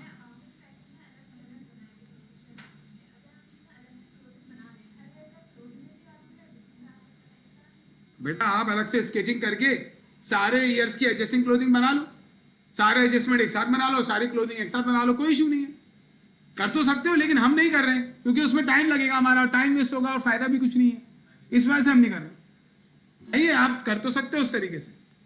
और जो अकाउंटिंग साइकिल में मैंने वो काम करवाया था ना, वो तो हम बिल्कुल अलग से पढ़ लेते ना, टॉपिक क्लोजिंग अलग पढ़ लेते। लेकिन अभी जो न्यूमेरिकल्स आपके पास आएंगे ना पेपर, आप आगे जाके हमेशा, तो आपसे सारी एंट्रीज एक साथ मांग लेगा, तो एक ही जर्नल में आप बना सकते हो। रिक्वायर्ड अलग अलग हो अगर, तो आपको चाहिए कि आप अलग अलग जर्नल्स बनाएं ताकि उसको अलग अलग नजर आए कि ये रिक्वायर्ड अलग सॉल्व किए, ये रिक्वायर्ड अलग सॉल्व किए। लेकिन हमारे पास इस क्वेश्चन में ना उन्होंने एक ही रिक्वायर्ड में डेप्रिसिएशन और परचेज की एंट्रीज मांगनी, तो हमने एक ही जर्नल में कर दिया इसको। आपके पेपर में रिक्वायर्ड अलग होगी तो ऑब्वियसली चाहे आप एडीसी का पेपर दें या आईसीएमए का दें या कहीं और मास्टर्स वगैरह करें, रिक्वायर्ड वाइज ही हमें सोल्यूशन करने चाहिए, वो उस लिहाज से फिर सही है जी। अब मुझे बताएं 2008 की एंट्री बन गई, 2009 में भी यही बनेगी। 2009 में भी 54,000 से दो एंट्रीज बनेगी, परचेज की बननी नहीं है। तो ये देखिए, ये आ गई 2009 की, ये आ गई 2010 की, और ये आ गई अल्लाह का नाम लेके 2011 की। अब ईयर चेंज कर लेते हैं। ये 2000, टाइम थोड़ा बचा रहे हैं ना हम लोग अपना, वरना दोबारा लिखने का फायदा क्या है। 2009 हो गया, और ये यही तो फायदा है कि अगर हम बोर्ड पे कर दे तो हमें सारी लिख के बतानी पड़ती, वरना तुम्हें क्लियर भी नहीं होती। 10 की, और ये आ गई 2011 की। एसिड खत्म हो गया, फिनिश्ड। ये हमने सारी एंट्रीज बनाई, इसके अलावा एसिड का कोई एंट्री नहीं बन रही क्योंकि हमने डिस्पोजल नहीं किया एसिड का। अब इन तमाम एंट्रीज के अकाउंट्स बनाए जाते हैं, वो अकाउंट मांग भी रहे। देखें, 3 टाइप के अकाउंट्स मांग सकता है आपसे डेप्रिसिएशन अकाउंटिंग में। एक डेप्रिसिएशन एक्सपेंस का, एक अलाउंस फॉर डेप्रिसिएशन का, और एक उसका एसिड की कॉस्ट का। तो हम तीनों अकाउंट्स अभी आपको बना के दिखा रहे हैं, सही है। तो पहले हम बनाएंगे मशीन की कॉस्ट का अकाउंट, इसकी स्केचिंग मैंने पहले से ओनली फॉर यू की हुई है। क्या नाम है एसिड का नाम, उसका बिजनेस का नाम सलमान एंड कंपनी। जब भी घर वालों ने तुम्हें बांध दिया था, दिनों से नहीं आ रहा था ना, ये बोला यार इसको बांध दो, ये पता नहीं क्या क्या जो है उल्टी सीधी हरकतें कर रहा है। सलमान एंड कंपनी, और क्या बना रहे हैं, जनरल लेजर। आगे जाके जनरल लेजर आप लोगों ने खुद बनाना है जी। This is the first and last time हम बना रहे हैं। इसका मतलब ये नहीं है कि आप मेरे पास आए मुझे बोलें कि सर हमने लेजर नहीं बनाना आ रहा था, मैं बोलूंगा नहीं मैंने बोला था कि एक ही दफा बनाऊंगा मैं, ऐसी बात नहीं है। इसका मतलब है आगे मुझे जरूरत नहीं पड़ेगी, आप लोगों को खुद बनाना चाहिए। अब सबसे पहले आप आए मशीन के अकाउंट में, कहां एंट्री में मशीन इन्वॉल्व हो रहा है। सिर्फ पहले साल 2007 में मशीन डेबिट क्रेडिट हो रही है, इसके अलावा नहीं हो रही। तो 2007 में मशीन डेबिट हो रही है 2,70,000, तो हम 2007 जनवरी 1 में मशीन डेबिट हो रही है 2,70,000 से, और सामने क्या आ गया, अकाउंट्स पेबल। गौर से जरा इन अकाउंट्स को देखिएगा, इनमें कुछ इसके फीचर्स हैं। फिर उसके बाद दूसरी एंट्री में नहीं है मशीन, तीसरी एंट्री में मशीन क्रेडिट हो रही है 5400 से। तो हम आएंगे और यहाँ पे डेट लिखेंगे 2007 Jan 2 मशीन क्रेडिट 5400, सामने क्या आ जाएगा, डिस्काउंट। फिर उसके बाद दोबारा जाएं आप 2007 में ही फिर मशीन देखें डेबिट हो रही है 2 तारीख को 7,400 से। हम यहाँ पर आएंगे और 7,400 से मशीन को डेबिट करेंगे और कैश क्रेडिट कब, 2 तारीख। अब मुझे एक बात बताएं, 2007 में एक ये मशीन डेबिट हुई, एक ये मशीन क्रेडिट हुई और एक ये मशीन डेबिट हुई। इसके अलावा 2007 में यहां पर 2007 खत्म हो गया, इसके बाद 2008 आ रहा है, देख रहे हैं आप नीचे 2007 यहां खत्म हो गया। तो मशीन ना डेबिट हो रही है ना क्रेडिट हो रही है। तो इसका मतलब है जब 2007 का एंड आएगा तो हम मशीन के अकाउंट को क्या कर लेंगे, बैलेंस कैसे होता है ये आपको मालूम है। यहां की हमें फूटिंग करनी पड़ेगी, this is some procedural work. और डेबिट साइड बड़ी है वो यहां भी लिख लेंगे और यहां भी लिख लेंगे, और फिर इस टोटल में से लेस कर लेंगे इसको, तो ये आ गया बैलेंस। और मैंने आपको क्या बताया था, मशीन का जो बैलेंस आएगा वो एसिड की टोटल कॉस्ट के बराबर होगा। एसिड की टोटल कॉस्ट कंप्यूटेशन में क्या आ रही थी, 2,72,000। तो मशीन के अकाउंट का बैलेंस भी 2,72,000 ही आना चाहिए, वरना गलत होगा वो। December 31 नहीं बनाएंगे आपको, वो तो आप कंप्यूटेशन से उठा लेंगी मशीन का बैलेंस टोटल 2,72,000। अब देखेंगे ना आपको जरूरत है या नहीं लेजर बनाने की। अगर उसने लेजर नहीं मांगे तो फिर आपको देखना है वो मांग क्या रहा है आपसे। अगर वो आपसे मांग रहा है फॉर एग्जाम्पल बैलेंस शीट, तो बैलेंस शीट में एसिड का टोटल चाहिए हमें, वो कंप्यूटेशन में मौजूद होगा। और बैलेंस शीट में एक्यूमुलेटेड जाता है, अभी मैं करवाऊंगा आपको बैलेंस शीट, तो एक्यूमुलेटेड शेड्यूल से मिल जाएगा, सही है। तो फिर हमें अकाउंट बनाने की जरूरत नहीं है। अभी यहाँ तो मैंने रिक्वायर्ड में लिखा हुआ है ना, अभी मैं आपको ये चीज डिस्कस करूंगा आपके साथ इस सोल्यूशन के बाद कि कौन सी ऐसी चीजें हैं जो आपको लाजमी बनानी पड़ेंगी और किसको आप इग्नोर कर सकते हैं अगर रिक्वायरमेंट में नहीं है। तो इस क्वेश्चन के एंड में डिस्कस करूंगा ये। दूर अंदेशी आ गई है आपने। अच्छा, इसमें देखेंगे बैलेंस बीडी जी, यहां डेट क्या आएगी, अगले साल की फर्स्ट 2008 Jan 1। मतलब अगर हमारी क्लास थी एक, उसमें स्टूडेंट बहुत जबरदस्त थे, बीकॉम की बात कर रहा हूं। जब टीचर बोल रहा होता था ना, उसे ये पता होता था कि अभी 5 मिनट बाद क्या बात होगी। इतना ज्यादा उस स्टूडेंट्स की स्टडी थी वो ग्रुप की। वो पहले से पढ़ के आते थे चीजें, घर से किताबें वगैरह सर बताते ना, ये पढ़ लो ये पढ़ लो ये पढ़ लो, पढ़ के आना मजा आएगा। उन्हें पहले से पता होता था, वो ये बता देते 1 मिनट बाद ये बात होगी। तो इसे कहते हैं दूर अंदेशी, कि आप पहले से आगे वाली चीजों को एस्टिमेट कर सकें कि आगे ये भी तो पता होना चाहिए। लेकिन ये जब दूर अंदेशी आ जाए ना तो खामोश बैठना चाहिए और इंतजार करना चाहिए उस टाइम का जिस टाइम पे उस चीज के बारे में डिस्कशन होगी। तो अब ये समझ में नहीं आ रहा होगा ये इज्जत है या बेइज्जती है, पता नहीं। ओके, बहरहाल अब मुझे एक बात बताएं, 2008 में मशीन, ये 2008 की यही एंट्रीज है बस, मुझे बताएं इसके अंदर क्या मशीन डेबिट क्रेडिट हुई है? नहीं। 2009 में मशीन डेबिट क्रेडिट नहीं हुई, यानी आने वाले ईयर्स में मशीन डेबिट क्रेडिट नहीं हो रही, तो हम क्या करेंगे? तो नाराज तो नहीं होते ना आप लोग? सही। अब गौर से सुनें, अब इस अकाउंट का मतलब क्या है कि ये जो डबल लाइन से पहले वाली सारी चीजें ये क्या हो गई है? खत्म। यानी आज अगर मैं आपसे कहूं कि मशीन का अकाउंट कैसा है, तो देखिए आप मुझे ये बताएंगे कि मशीन का अकाउंट इस तरीके से बना हुआ है। देखिएगा जरा, आप बोलेंगे मशीन का अकाउंट भाई ये बना हुआ है, क्या मतलब है कि ये सारी चीजें खत्म हो जाएंगी। अब सिर्फ ये बचा हुआ है कि मशीन का बैलेंस है बीडी 2008 में 2,70,000, ये है मशीन का अकाउंट। जान ले जाए, यानी मशीन ऐसे है, 2,72,000 कॉस्ट थी, ओके, ये आ गया मशीन का अकाउंट। ऊपर वाली सारी चीजें क्या हो गई? खत्म। अब अगले साल ना मशीन डेबिट होगी, 2008 लिखा हुआ है ना, ये मैंने ऊपर वाली सारी चीजें उड़ा दी क्योंकि अगला साल, पिछला साल खत्म। अगले साल ना मशीन डेबिट होगी ना क्रेडिट, तो अगले साल मैं क्या करूंगा? बैलेंस कर दूंगा इसको बस। अब वो मैं बैलेंस ना यहीं पर कर रहा हूं, नीचे इधर, यानी मुझे ये पता है कि ये सब खत्म हो चुका है। अब मैं यहां बैलेंस करूंगा तो क्या होगा? 2,72,000 यहां भी आ जाएगा। आप इसको अलग से भी बना सकते हो। 5 साल के लिए अगर मैं बोलूं कि मशीन का अकाउंट बनाओ, तो 8 साल अलग अलग बनाओगे और अगले सालों में सिर्फ 2,72,000 ही चलता रहेगा मशीन का अकाउंट, क्योंकि ना डेबिट हो रही है ना क्रेडिट हो रही है। लेकिन मैं उसी अकाउंट के अंदर कर रहा हूं, टाइम बचा रहे हैं हम लोग। पेपर में भी इसी तरीके से कर सकते हैं आप, वरना अलग अलग बनाएंगे तो आपको लिखना पड़ेगा ना, अकाउंट बना के मशीन लिखना पड़ेगा ऊपर, फिर दोबारा बैलेंस लिखना पड़ेगा, ये वाला, ये बैलेंस आपको दोबारा लिखना पड़ेगा उस अकाउंट में, फिर आप ये बैलेंस करेंगे, तो वो लिखने वाला टाइम आपका बच जाएगा। तो यहां पर बैलेंस सीडी आ जाएगा और यहां डेट क्या आएगी? 2008 दिसंबर 31, और यही बैलेंस यहां ट्रांसफर हो जाएगा और यहां पे डेट आएगी, पहले लिखेंगे यहां लिखेंगे बैलेंस बीडी और यहां डेट क्या लिखेंगे आप?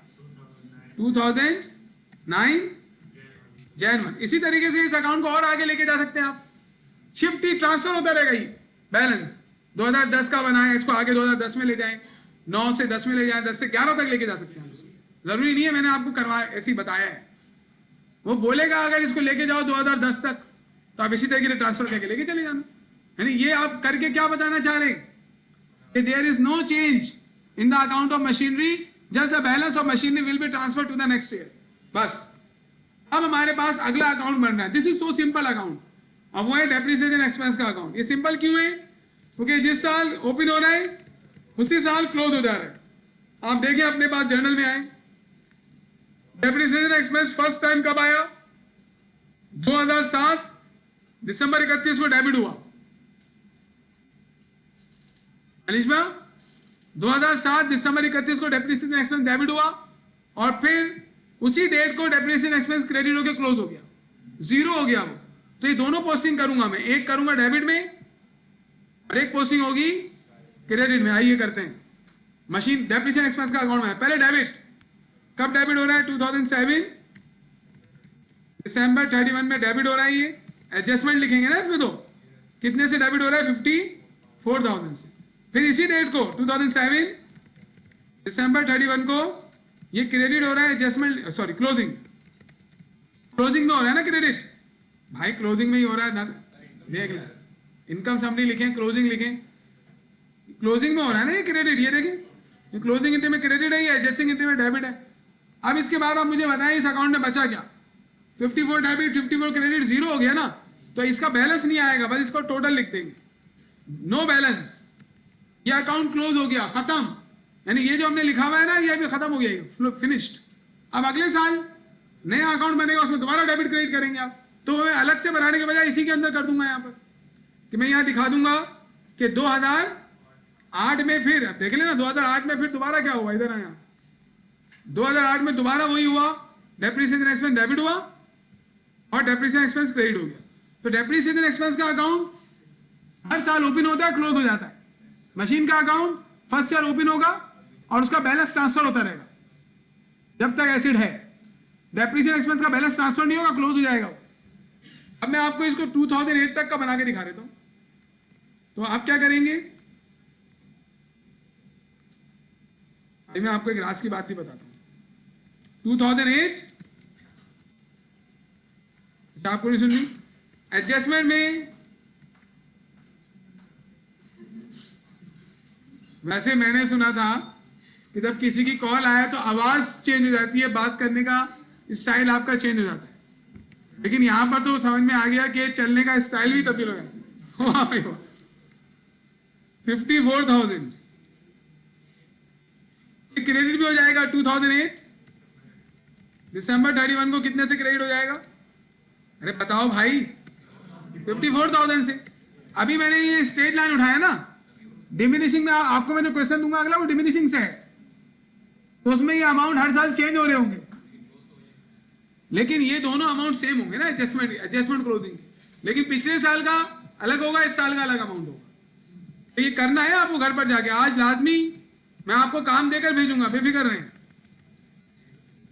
54,000 ओके। नाउ सी, ये खत्म हो गया, लास्ट अकाउंट रह गया। और लास्ट की बात मैं बता रहा हूं कि लास्ट अकाउंट सबसे ज्यादा इंपॉर्टेंट अकाउंट है, क्योंकि इसका बैलेंस हर साल चेंज होता रहता है, और ये है आपका और हमारा एक्यूमुलेटेड डेप्रिसिएशन।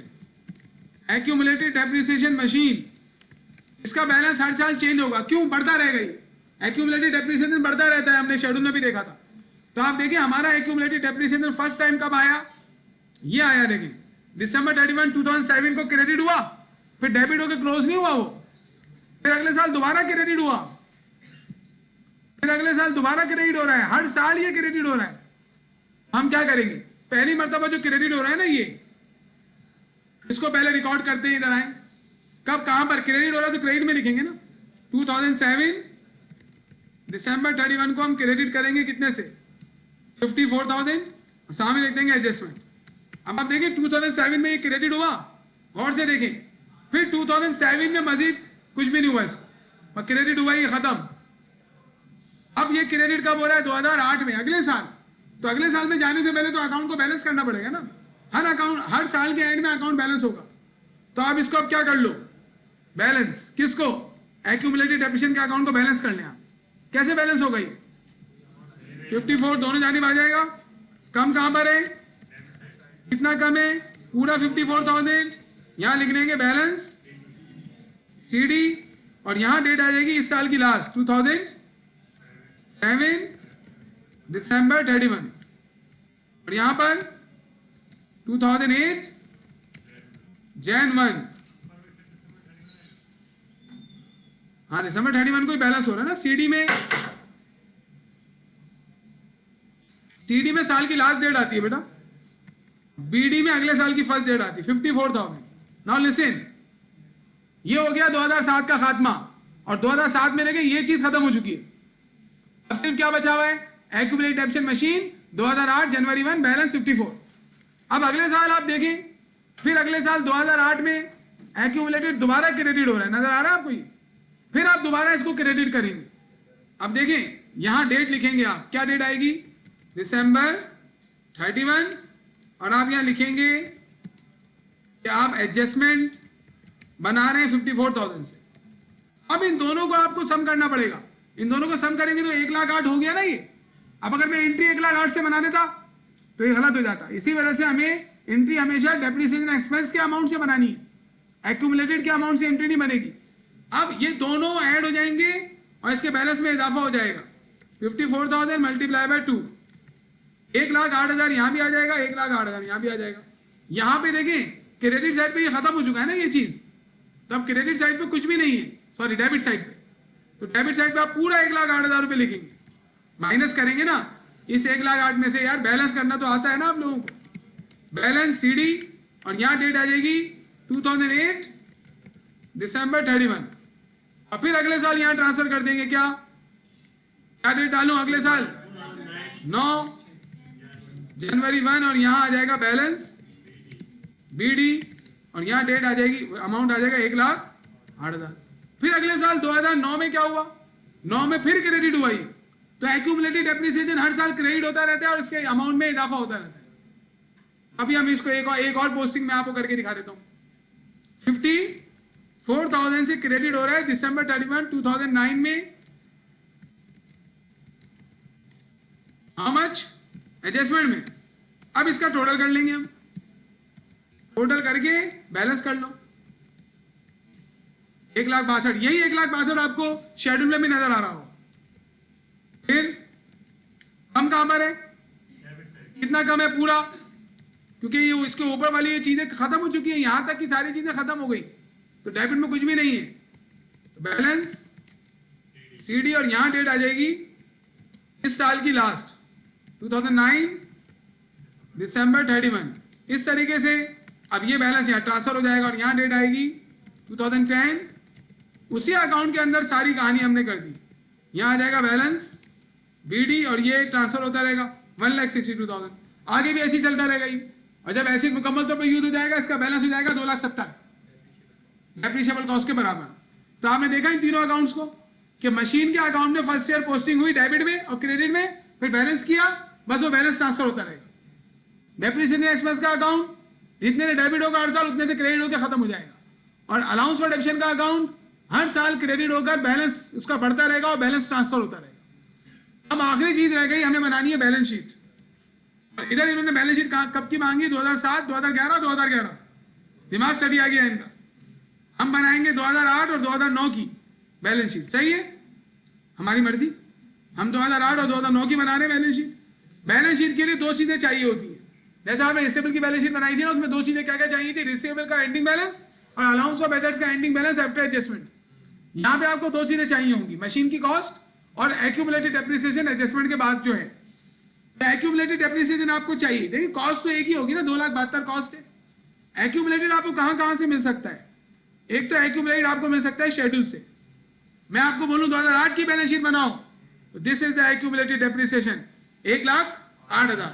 मैं आपसे बोलूं 2010 की बैलेंस शीट बनाओ, एक्यूमुलेटेड 2,16,000। बैलेंस शीट में दो ही चीजें लेके जानी है, 2,72,000, 2,72,000 और एक्यूमुलेटेड। लेकिन अगर शेड्यूल आपके पास फॉर एग्जाम्पल नहीं है तो आपके पास अकाउंट होगा, अकाउंट से भी लेके जा सकते हैं आप। एक्यूमुलेटेड कैसे लेके जाएंगे, 2007 का एक्यूमुलेटेड यहां से उठाएंगे, 2008 का एक्यूमुलेटेड यहां से उठाएंगे, यहां से नहीं उठाना। यहां से क्यों उठा रहे हैं, ये सम हो जाता है, सम हुआ है ना, दोनों को ऐड करके लिखा हुआ है। और 2009 का एक्यूमुलेटेड ये है, क्यों, क्योंकि इसमें दोनों सम करने पड़ेंगे हम। यहां से करोगे ना, दोनों अमाउंट को ऐड करना पड़ेगा, यहां से डायरेक्ट उठ जाएगा। तो बताइए कहां से एक्यूमुलेटेड मिल सकता है हमें, बैलेंस शीट के लिए एक्यूमुलेटेड डेप्रिसिएशन चाहिए ना, शेड्यूल से डायरेक्ट मिल जाएगा, या अकाउंट से उठाओगे तो सीडी बैलेंस लेना, सीडी में टोटल हुआ होता है उसका। सही है। Now we are making balance sheet.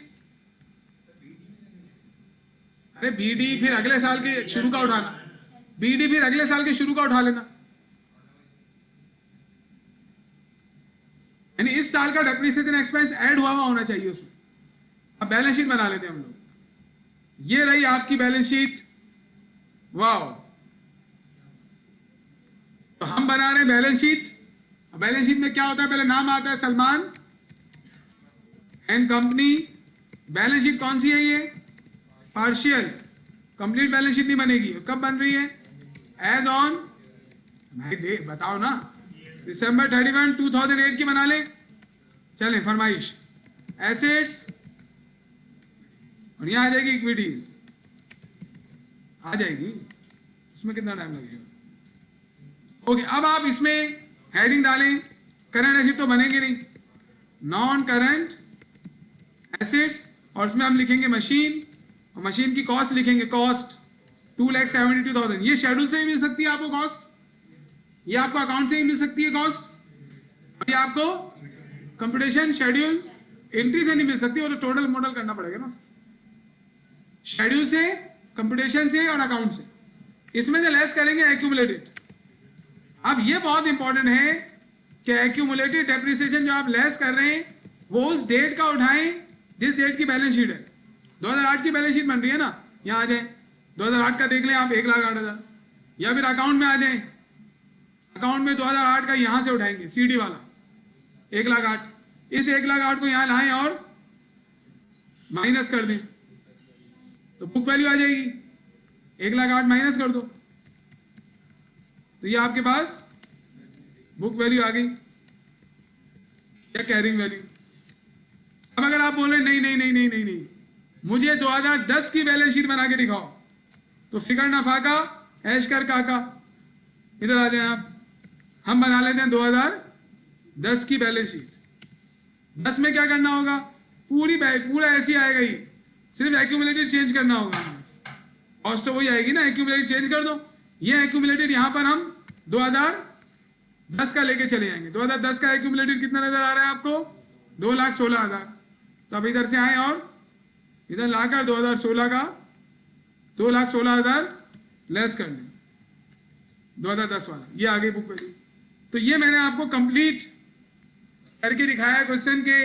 सबसे पहले इसने मांगी थी कॉस्ट, डेप्रिशिएबल कॉस्ट, पूरे लाइफ का शेड्यूल, एंट्रीज सारी बनवा दी और अकाउंट बनाया और बैलेंस शीट बना दी। बैलेंस शीट में हमने एक तो हमने ये क्वेश्चन में बैलेंस शीट की डेट 2008 और 2010 की बना ली, इसके अलावा हमने जनवरी 2 पेमेंट की डेट चेंज की है ना, वो आपको पता है। Now you have to solve question number 5 at your home. Jan 1 2007 को जावेद एंड ब्रदर्स ने एक फर्नीचर खरीदा जिसकी डेप्रिशिएबल कॉस्ट 95,000 है। डेप्रिशिएबल कॉस्ट दे दी, एस्टिमेटेड लाइफ 4 साल है, रेजिडुअल वैल्यू 10,000 है, और डिमिनिशिंग बैलेंस मेथड यूज हो रहा है। अब डिमिनिशिंग बैलेंस मेथड में डेप्रिशिएबल कॉस्ट थोड़ी चाहिए होती है, टोटल कॉस्ट चाहिए होती है। टोटल कॉस्ट कितनी है, ऐड कर लेंगे ना डेप्रिशिएबल, बताया तो था। डेप्रिशिएबल कॉस्ट वो जो एक्सपायर होगी पूरे लाइफ में, और स्क्रैप वैल्यू जो एक्सपायर नहीं होगी, दोनों का सम कर लो, तो आपकी आ जाएगी टोटल कॉस्ट 1,05,000। उसने पहले ये बोला है नेट कॉस्ट निकालो। अब स्टूडेंट अगर ये रिक्वायर्ड ऐसा क्वेश्चन आ जाए और पूछा और नेट कॉस्ट निकाल दो, अब वो ढूंढ रहा है यार लिस्ट प्राइस तो नजर नहीं आ रही, डिस्काउंट, हाँ वो तो है ही नहीं ना, इसमें वैसे करना नहीं है ना। यहाँ पे आपको क्या करना है, लिखना है depreciable cost plus residual value add करके 1,05,000 आ जाएगा। 1,05,000 टोटल कॉस्ट है, उल्टा चल रहा है। लाइफ 4 साल है, डिमिनिशिंग बैलेंस मेथड है, अलाउंस वगैरह वगैरह, सब चीजें बिल्कुल सिंपल है। पूरे साल का डेप्शन वो बनाना, शेड्यूल कितने लाइफ है 4 साल, वो एंट्री वो बिल्कुल वैसा ही सवाल है। बैलेंस शीट 2009 की बनानी। Are you happy, so happy. ये मेरा अपना सवाल है, हाथ से भर के निकाल के करें, लेकिन उसमें अभी लाइव रिवीजन वगैरह डिस्पोजल वगैरह भी उसमें आ रहा होगा ना। ये आप देखें, इसमें अब आप 6वां सवाल भी कर सकते हैं, 7वां भी कर सकते हैं, 8वां भी कर सकते हैं, 8वां कर सकते हैं, 8वें तक।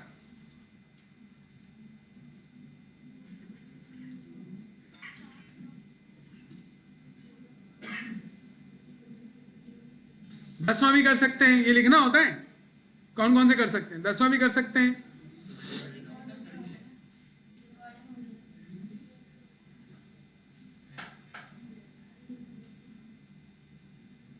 11वां भी कर सकते हैं, 12वां भी कर सकते हैं। बस ये सारी प्रैक्टिस थी। अब अपने जितना करें 5 से से निकाले करें। Now we are going to the disposal section. सही है, we are going to dispose of the asset. Disposal मतलब एसिड जा रहा है। अब एसिड के जाने के कितने तरीके हैं, या तो आप सेल कर देंगे मुकम्मल तौर पर यूज करने से पहले, या आप एक्सचेंज कर लेंगे मुकम्मल तौर पर यूज करने से पहले, या मुकम्मल तौर पर यूज करके फेंक देंगे जिसे डिस्कार्ड कहते हैं, या फिर मुकम्मल तौर पर यूज करके फेंकेंगे तो डिस्कार्ड कहते हैं, और मुकम्मल तौर पर यूज करने से पहले फेंक देंगे तो रिटायरमेंट कहते हैं। तो अब ये चारों चीजें पढ़ेंगे।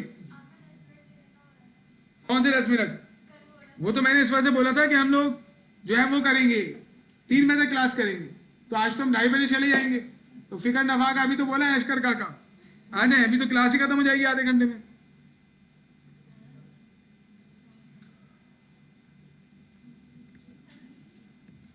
ओके बेटा, वी आर स्टार्टिंग डिस्पोजल, और डिस्पोजल में 4 चीजें हैं। एसिड सेल करेंगे या, अच्छा मैंने एक बात भी डिस्कस करनी थी ना, जो बोली थी हमने कि कॉस्ट का कंप्यूटेशन और डेप्रिसिएशन का शेड्यूल, ये आपको हमेशा बनाना पड़ता है। अगर फॉर एग्जाम्पल वो एसिड की वो रिक्वायर्ड में लिख रहा है कि मुझे बैलेंस शीट बना के दे दो बस, अब आपको तो सारा काम, आपको क्या क्या करना पड़ेगा, कॉस्ट तो निकालनी पड़ेगी और शेड्यूल बनाना पड़ेगा, उसके साथ बैलेंस शीट बन जाएगी, क्योंकि बैलेंस शीट में कॉस्ट जाती है, एक्यूमुलेट जाता है। वो आपसे कहे मुझे अलाउंस फॉर डेप्रिसिएशन का अकाउंट प्रोड्यूस करके दो, बस यही रिक्वायर्ड है। तो अलाउंस फॉर डेप्रिसिएशन के अकाउंट के लिए कॉस्ट का कंप्यूटेशन भी बनाना पड़ेगा और डेप्रिसिएशन का शेड्यूल भी बनाना पड़ेगा, वरना अलाउंस फॉर डेप्रिसिएशन का अकाउंट नहीं बन सकता। एंट्री बनाए बगैर काम कर सकते हैं, एंट्री माइंड में बनाए आप। एंट्री अगर वो नहीं मांग रहा है बनाने की जरूरत नहीं है, अकाउंट नहीं मांग रहा बनाने की जरूरत नहीं है, बैलेंस शीट नहीं मांग रहा बनाने की जरूरत नहीं है। लेकिन अगर वो आपसे एंट्रीज मांग रहा है और आपने कंप्यूटेशन ही नहीं बनाया हुआ कॉस्ट का, तो वो एंट्रीज एक्सेप्टेड नहीं होंगी ना, आपको कंप्यूटेशन बनाना पड़ेगा। वो आपसे अकाउंट या बैलेंस शीट मांग ले, आपको शेड्यूल बनाना पड़ेगा। शेड्यूल के बगैर जो है वो अकाउंट और बैलेंस शीट नहीं बन सकती। तो थोड़ा सा आपको देखना पड़ेगा कि भाई जो चीज मैं कर रहा हूं उसकी वर्किंग मैंने बनाई है या नहीं बनाई। चले आ जाए डिस्पोजल में। पहली चीज पढ़ रहे हैं हम एक्सचेंज, कोई सा भी डिस्पोजल हो, एक्सचेंज हो, रिटायरमेंट हो, डिस्कार्ड हो, सेल हो, कोई सा भी डिस्पोजल हो, सबसे अहम चीज क्या है? सबसे अहम चीज है कि आप उस दिन तक की बुक वैल्यू कंप्यूट करेंगे जिस दिन एसिड सेल एक्सचेंज वगैरह हो रहा है, और बुक वैल्यू निकालने के लिए उस दिन तक का एक्यूमुलेटेड डेप्रिसिएशन निकालना पड़ेगा। तो the most important point is that we have to compute the accumulated depreciation of the day when the asset is being exchange, sold वगैरह वगैरह। अगर आपने उस दिन तक का एक्यूमुलेटेड गलत निकाल दिया तो बर्बादी हो जाएगी। तो आपको उस दिन तक का एक्यूमुलेटेड सही निकालना है, उस दिन तक का निकालना है पूरा।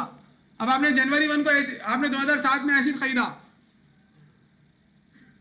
अब अगस्त 1 और आप 2000 जो है वो 12 में नवंबर 30 को एसिड सेल कर रहे हैं, तो आपको ये पूरे पीरियड का डेप्रिसिएशन निकालना है। फिर उसके बाद आपको ये मालूम करना है कि आपको गेन हुआ है या लॉस हुआ है। गेन लॉस कैसे निकलेगा? आपने एक्यूमुलेटेड निकाल लिया कि भाई एसिड था 2 लाख का, एक्यूमुलेटेड नहीं करो 90,000, तो बुक वैल्यू कितनी बची? 2,10,000। एसिड कितने का था? 2 लाख का, और हाँ तो 1,10,000 बची। एसिड था 2 लाख का, 2 लाख कॉस्ट थी, 90,000 उसका एक्यूमुलेटेड डेप्रिसिएशन है सेल के डे का, तो 1,10,000 उसकी बुक वैल्यू बच गई। अब अगर वो 1,10,000 से ज्यादा का सेल हो गया तो गेन हो जाएगा, 1,10,000 से कम का सेल हो गया तो लॉस हो जाएगा।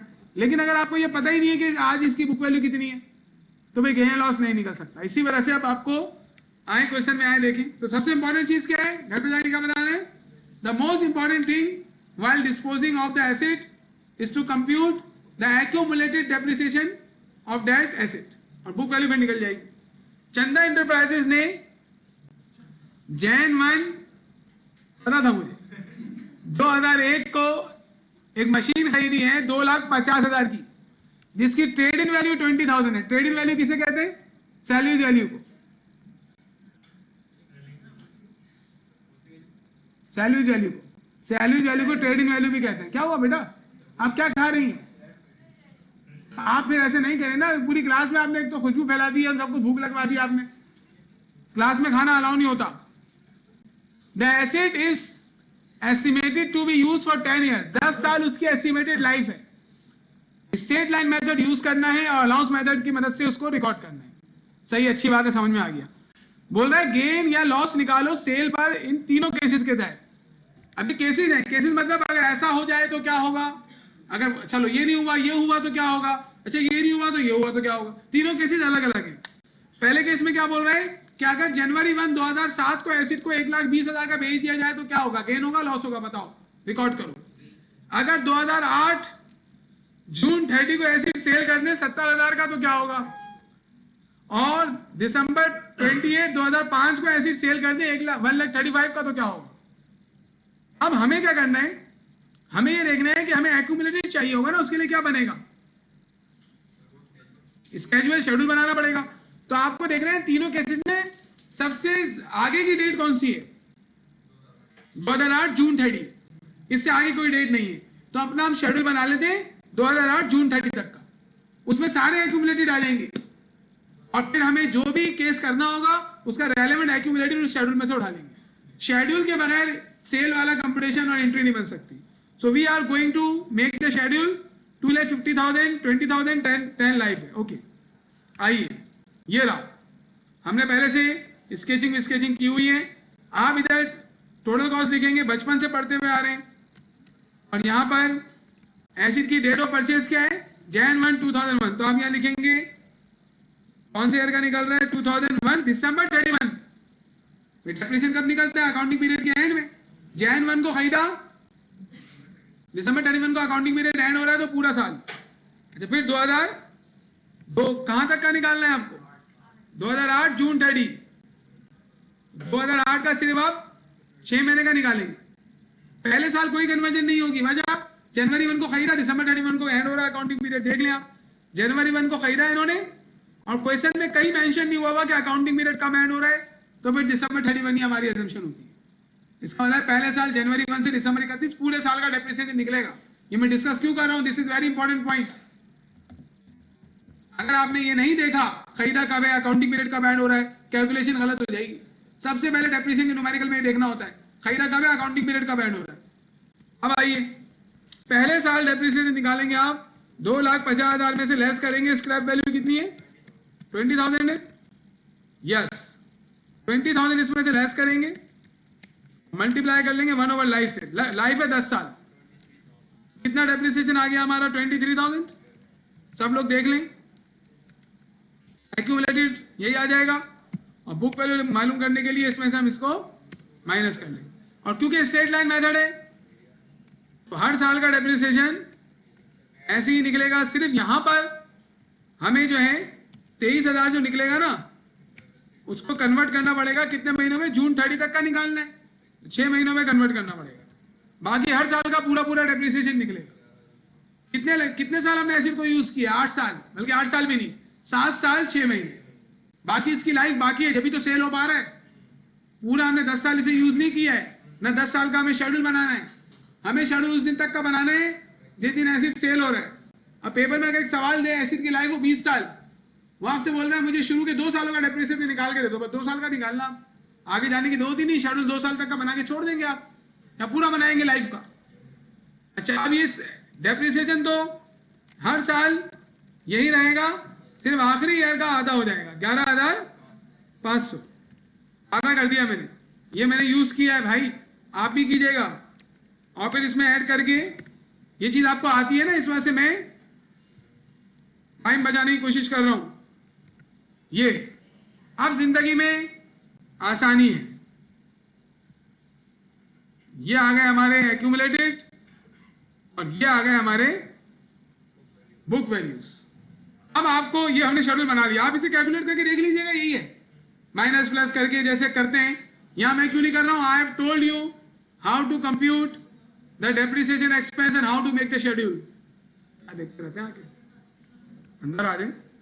ओके, अब आप मुझे बताएं, पहले केस में एसिड को कब सेल कर रहे हो आप, 2007। भाई पहला कहां से 2005 आ गया, केस नंबर 1 की बात कर रहा हूं। तुम अगर इंशाल्लाह रिजल्ट आएगा, छोड़ो बाद में बोलेंगे, 2007 जनवरी 1 रिजल्ट आया करे, बताया करे, अब पास हो गए, खुशी होती है, रिजल्ट आगे बढ़ गया, माशाल्लाह। नहीं, मिठाई आप खिलाए नहीं खिलाएं, वो तो हम खुद खा लेंगे लेके आपसे, छोड़े आप, तो बता दिया करेंगे आप पास हो गए। अगर आप मिल गए फिर किसी दिन, तो हम फिर ले लेंगे मिठाई आपसे। नहीं, एक बच्चा था, वो बस नॉर्मल स्टूडेंट था, एवरेज, तो उसने पेपर दिया, वो पास हो गया, तो ढूंढ रहा था, उन दिनों मैं नहीं आ रहा था, तो एक दिन उसे मैसेज किया, सर आप आ जाएं, हम आ गए। उसने बोला भाई सर वो मुझे आपको ट्रीट देनी है, मतलब ट्रीट दे दो भाई। तो बोला मिठाई नहीं मंगवाई, जितना स्टाफ था 3-4 लोग बैठे हुए थे वहाँ पे, उनके लिए समोसे और चाय वगैरह हम लोगों ने मंगवा ली। तो हमारी एकेडमी जो है उसमें हम लोग यही करते थे पहले, अभी मैं तो क्लासेज नहीं ले रहा हूँ वहाँ पे। अब सेकेंड ईयर का रिजल्ट आया, बच्चे पास हो गए सारे, तो मिठाई पे पाबंदी लगा दी, हमें जो हम बोलेंगे वो लाना है। अब हर किसी की अलग अलग बारी आती थी, आप लोगों की नहीं आएगी, ऐसी बोल रहा हूँ। अब एक बच्चे की आज बारी है, उसको बता दिया कि तुम्हें ये लाना है, अमाउंट वही रहेगा, रेंज सबकी एक ही होती थी। ये भी हो सकता था, लेकिन अब तुम यही करोगे, हम तो कुछ और करते थे भाई, किसी ने लबे शीरी लेके आ गया, तो कोई समोसे पकौड़े लेके आ गया, इस तरीके से। तो जितने भी टीचर होते थे तो ईद होती थी। अब तो मैं अकेडमी में क्लासेस नहीं ले रहा हूँ, टाइम नहीं होता मेरे पास। ओके, इंशाल्लाह फ्यूचर में जब हम थोड़े और बूढ़े हो जाएंगे तो फिर इंशाल्लाह फिर एकेडमी में दोबारा क्लास। एकेडमी में ना मसला ये है कि कोविड के बाद से ना बीकॉम को हिट हुआ है, तो अब इतना ज़्यादा बहरहाल छोड़ें। अब आप मुझे बताएं कि आपने ऐसे तो सेल कब किया पहले केस में? 2007 जैन 1। तो कब तक का एक्यूमुलेटेड चाहिए होगा?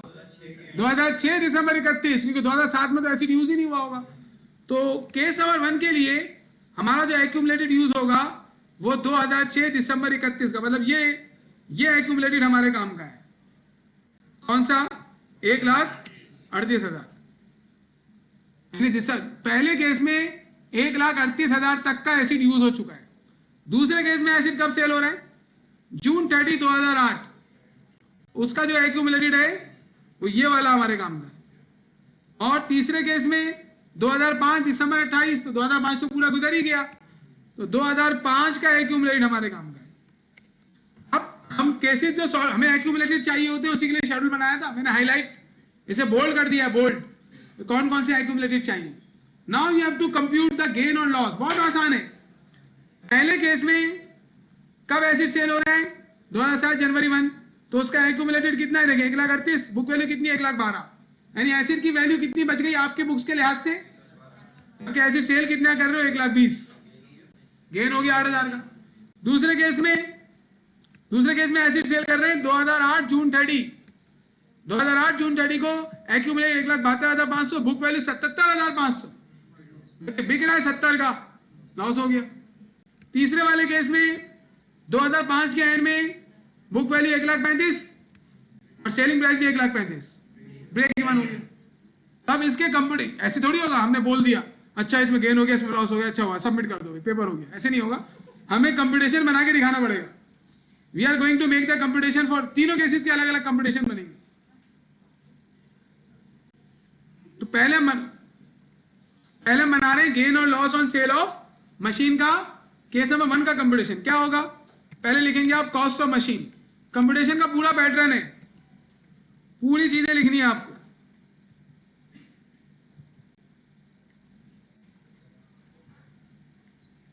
जी, कॉस्ट ऑफ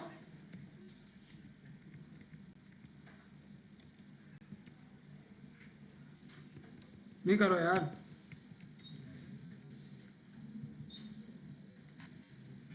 जी कितनी कॉस्ट ऑफ मशीन है बेटा? मशीन की कॉस्ट तो वही रहेगी ना, शेड्यूल में कितनी लिखी हुई है? 2,50,000 रुपए। अब हमें एक्यूमुलेटेड कब का उठाना है? इसने बताया है 2006 दिसंबर 31। 7 जनवरी 1 का मतलब है 2006 दिसंबर 31। तो आप इधर 2006 दिसंबर 31 का एक्यूमुलेटेड लेंगे 1,38,000।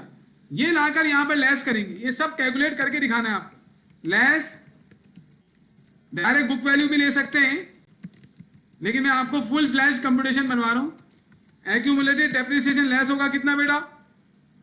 अभी तो बताया था 2006 जून 30 का कितना एक्यूमुलेटेड है? 1,38,000। तो अब यहां पे 1,38,000 को माइनस करके दिखाएंगे।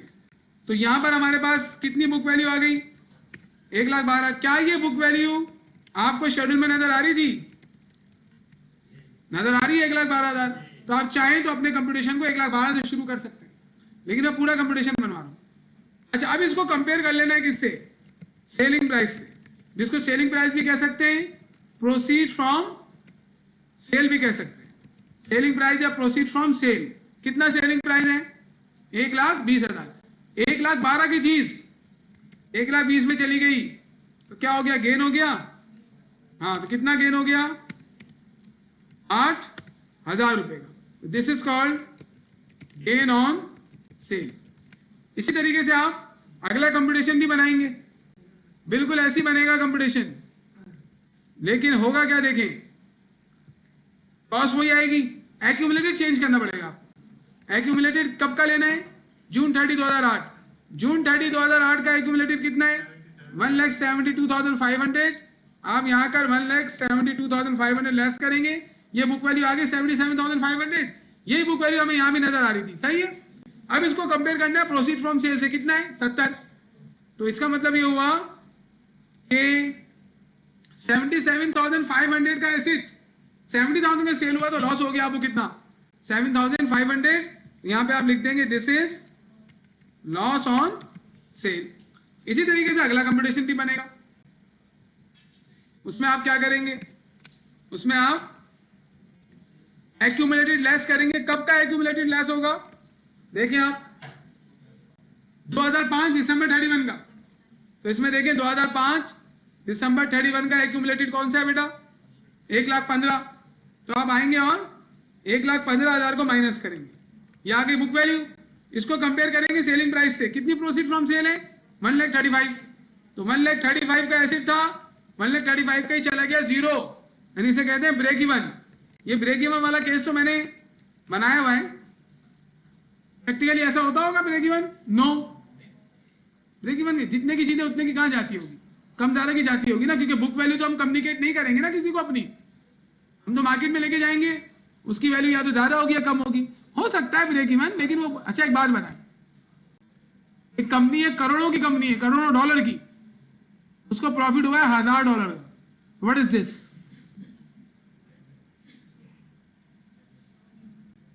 ब्रेक इवन है ये।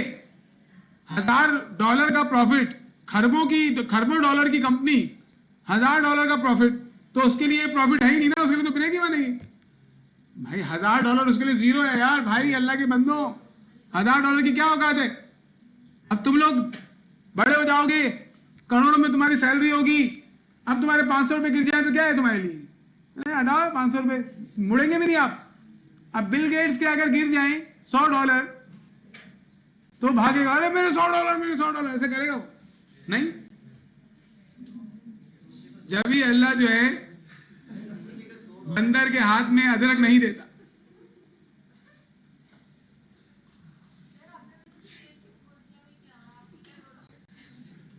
असल में आपकी अपनी चॉइस होगी सीएमए करने के बाद कि आपको क्या करना है। सही है, डिफरेंट तरीके हैं, ये बात नहीं है। आप लोग अपना बिजनेस भी कर सकते हैं, आप जॉब भी कर सकते हैं।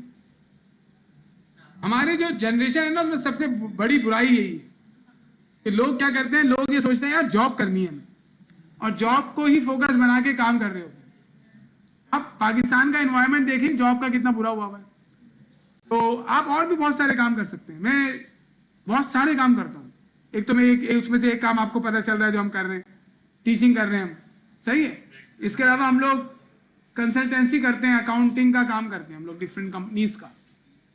तो मैं जब पढ़ा नहीं रहा होता, वरना मैं 2-3 बैचेस नहीं लूँ, तो हम लोग अकाउंटिंग का काम करते हैं और टैक्स का काम करते हैं, ऑडिट का काम करते हैं। तो कंपनीज आउटसोर्स करती हैं काम कि भाई हमें नहीं करवाना, हमें अकाउंटेंट हायर नहीं करना। तो वो बोलती है भाई आप हमारी अकाउंटिंग का काम कर दें, एक दिन आ जाइएगा, बस काम कर दें और काम करके चले जाएंगे, ऑनलाइन कर लें। इस तरीके से हमारे डिफरेंट क्लाइंट्स हैं जिनका हम टैक्स का अकाउंटिंग का काम करते हैं। और इसके अलावा डिफरेंट यूनिवर्सिटीज़ के अंदर पढ़ा रहा होता हूँ मैं, और मेरा और दूसरे के भी काम है जो अभी आपको पता नहीं है। जैसे हम लोग वेबसाइट भी बनाते हैं। इसमें देखिए, इसमें आप ये देखेंगे कि आपका एक्सपोजर किस में ज़्यादा है। अब आपको टैक्स में मज़ा नहीं आता तो आप उसे ज्वाइन करेंगे तो आप फिर उसमें कमा नहीं सकेंगे। आपको अकाउंटिंग में मज़ा आता है तो फिर आप अकाउंटिंग को ज्वाइन करेंगे तो उसमें फिर आप अर्निंग कर सकेंगे, आप डिफरेंट नए नए तरीके यूज़ कर सकेंगे, उसमें आप अच्छा काम कर सकेंगे। अब स्टूडेंट कुछ लोग क्या करते हैं, क्वालिफाई किया और एक ऑडिट फर्म में जॉब कर ली, अब पूरी जिंदगी वहीं गुजार दी, वो तो मतलब अजीब काम कर दिया। या फिर 1-2 कंपनी चेंज की, बस वही कर रहा है वो। अब उसने ये देखा भी नहीं कि यार मुझे काम कौन सा अच्छा आता है, मुझे किस में मजा आ रहा है। अभी आप लोग सब्जेक्ट पढ़ेंगे ना, ऑडिट पढ़ेंगे, टैक्स पढ़ेंगे, अकाउंटिंग तो पढ़ेंगे ही पढ़ेंगे, कॉस्ट अकाउंटिंग पढ़ेंगे, मैनेजमेंट अकाउंटिंग पढ़ेंगे, सारे अलग अलग एरियाज हैं। इनमें से आपको कोई एक एरिया चूज करना है और फिर उस पर काम करना है। एक मेरा फ्रेंड है, वो चार्टर्ड अकाउंटेंट है, वो जॉब नहीं करता, वो सिर्फ टैक्स का काम करता है, सिर्फ टैक्स का काम। उसने क्या करना होता है, सुबह उठना है, उस कंपनी में गया, उस कंपनी में गया, घर पे बैठ के टैक्स का काम कर रहा है। कोई जॉब में वो की है उसने, जॉब कुछ कंपनीज में जॉब की, उसके बाद जॉब छोड़ दी, उसके बाद ये काम मुकम्मल तौर पे इस काम में चला गया। अपनी फार्म्स खोलते हैं लोग। अभी आप जाएं ऊपर, जो ये टावर है इसके अंदर कुछ लोगों ने अपनी फार्म्स खोली हुई है। चार्टर्ड अकाउंटेंट्स, ज्यादातर चार्टर्ड अकाउंटेंट्स ना अपना काम करते हैं, खुद फर्म अपनी बना के अपना काम करते हैं, अपने काम में ज्यादा फायदा है। हाँ, अपने काम में ज्यादा फायदा क्या है, टॉपिक से हटा दिया। अपने काम में ज्यादा फायदा ये है कि आप रिस्ट्रिक्शन नहीं है, पहली बात। दूसरा, जितना ज्यादा काम करोगे सारा बेनिफिट आपका। अब अगर मैं 100 क्लाइंट का काम करता हूं, मुझे मालूम है सारे पैसे मुझे मिलेंगे, लेकिन किसी के पास यही टैक्स का काम मैं करूं तो मुझे 100 क्लाइंट के पैसे थोड़ी देगा, मुझे सैलरी देगा, फिक्स होगी, मैं कितनी भी मेहनत कर लूं। इसी वजह से अब आप क्या कर सकते हो, कितना आप में पोटेंशियल है। जॉब करने के मुकाबले में अपना बिजनेस करने में टेंशन भी थोड़ी होती है, और उसमें लेकिन फायदा ही होता है, आपके रिलेशंस बहुत ज्यादा बन जाते हैं लोगों से। जी,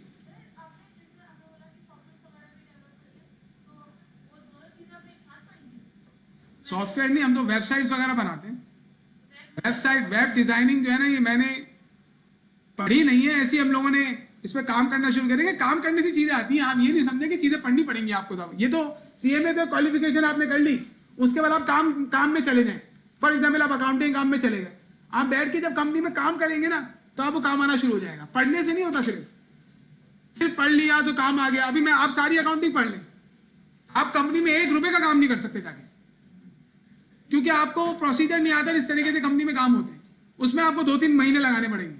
हो रही वही सारी चीजें हो रही हैं जो आपने पढ़ी है, लेकिन आपको 2-3 महीने लगा के देखना पड़ेगा, फिर आप सबसे ऊपर आ जाओगे।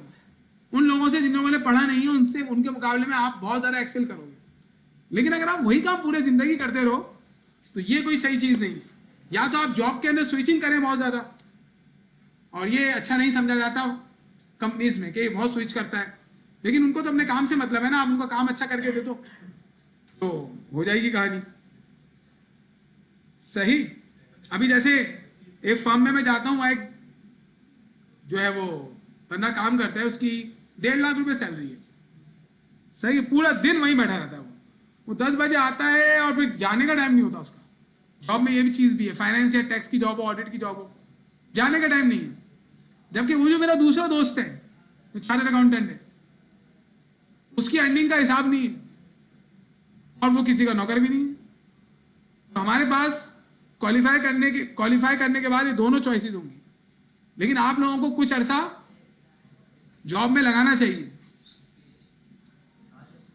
फिर उसके बाद जब आप जॉब में अरसा काम करेंगे ना थोड़ा, तो आपको चीजें नजर आ जाएंगी। फिर उसके बाद आप अपना काम भी कर सकते हैं।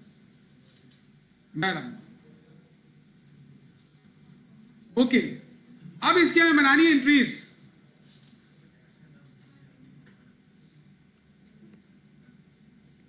इसके हमें बनानी है एंट्रीज। एंट्रीज बनाने का मतलब क्या है कि ये जो एसिड हमने सेल किया है, ये अब हमारे पास से चला गया, और जब ये एसिड हमारे पास से चला गया है तो हमें रिकॉर्ड करना पड़ेगा ना कि गेन हुआ है, एसिड हमारे पास से डिस्पोज ऑफ हो गया है। तो वो किस तरीके से होगा, इंशाअल्लाह अल्लाह ने हमें जिंदगी दी है, हम नेक्स्ट क्लास में इसको कंटिन्यू करेंगे।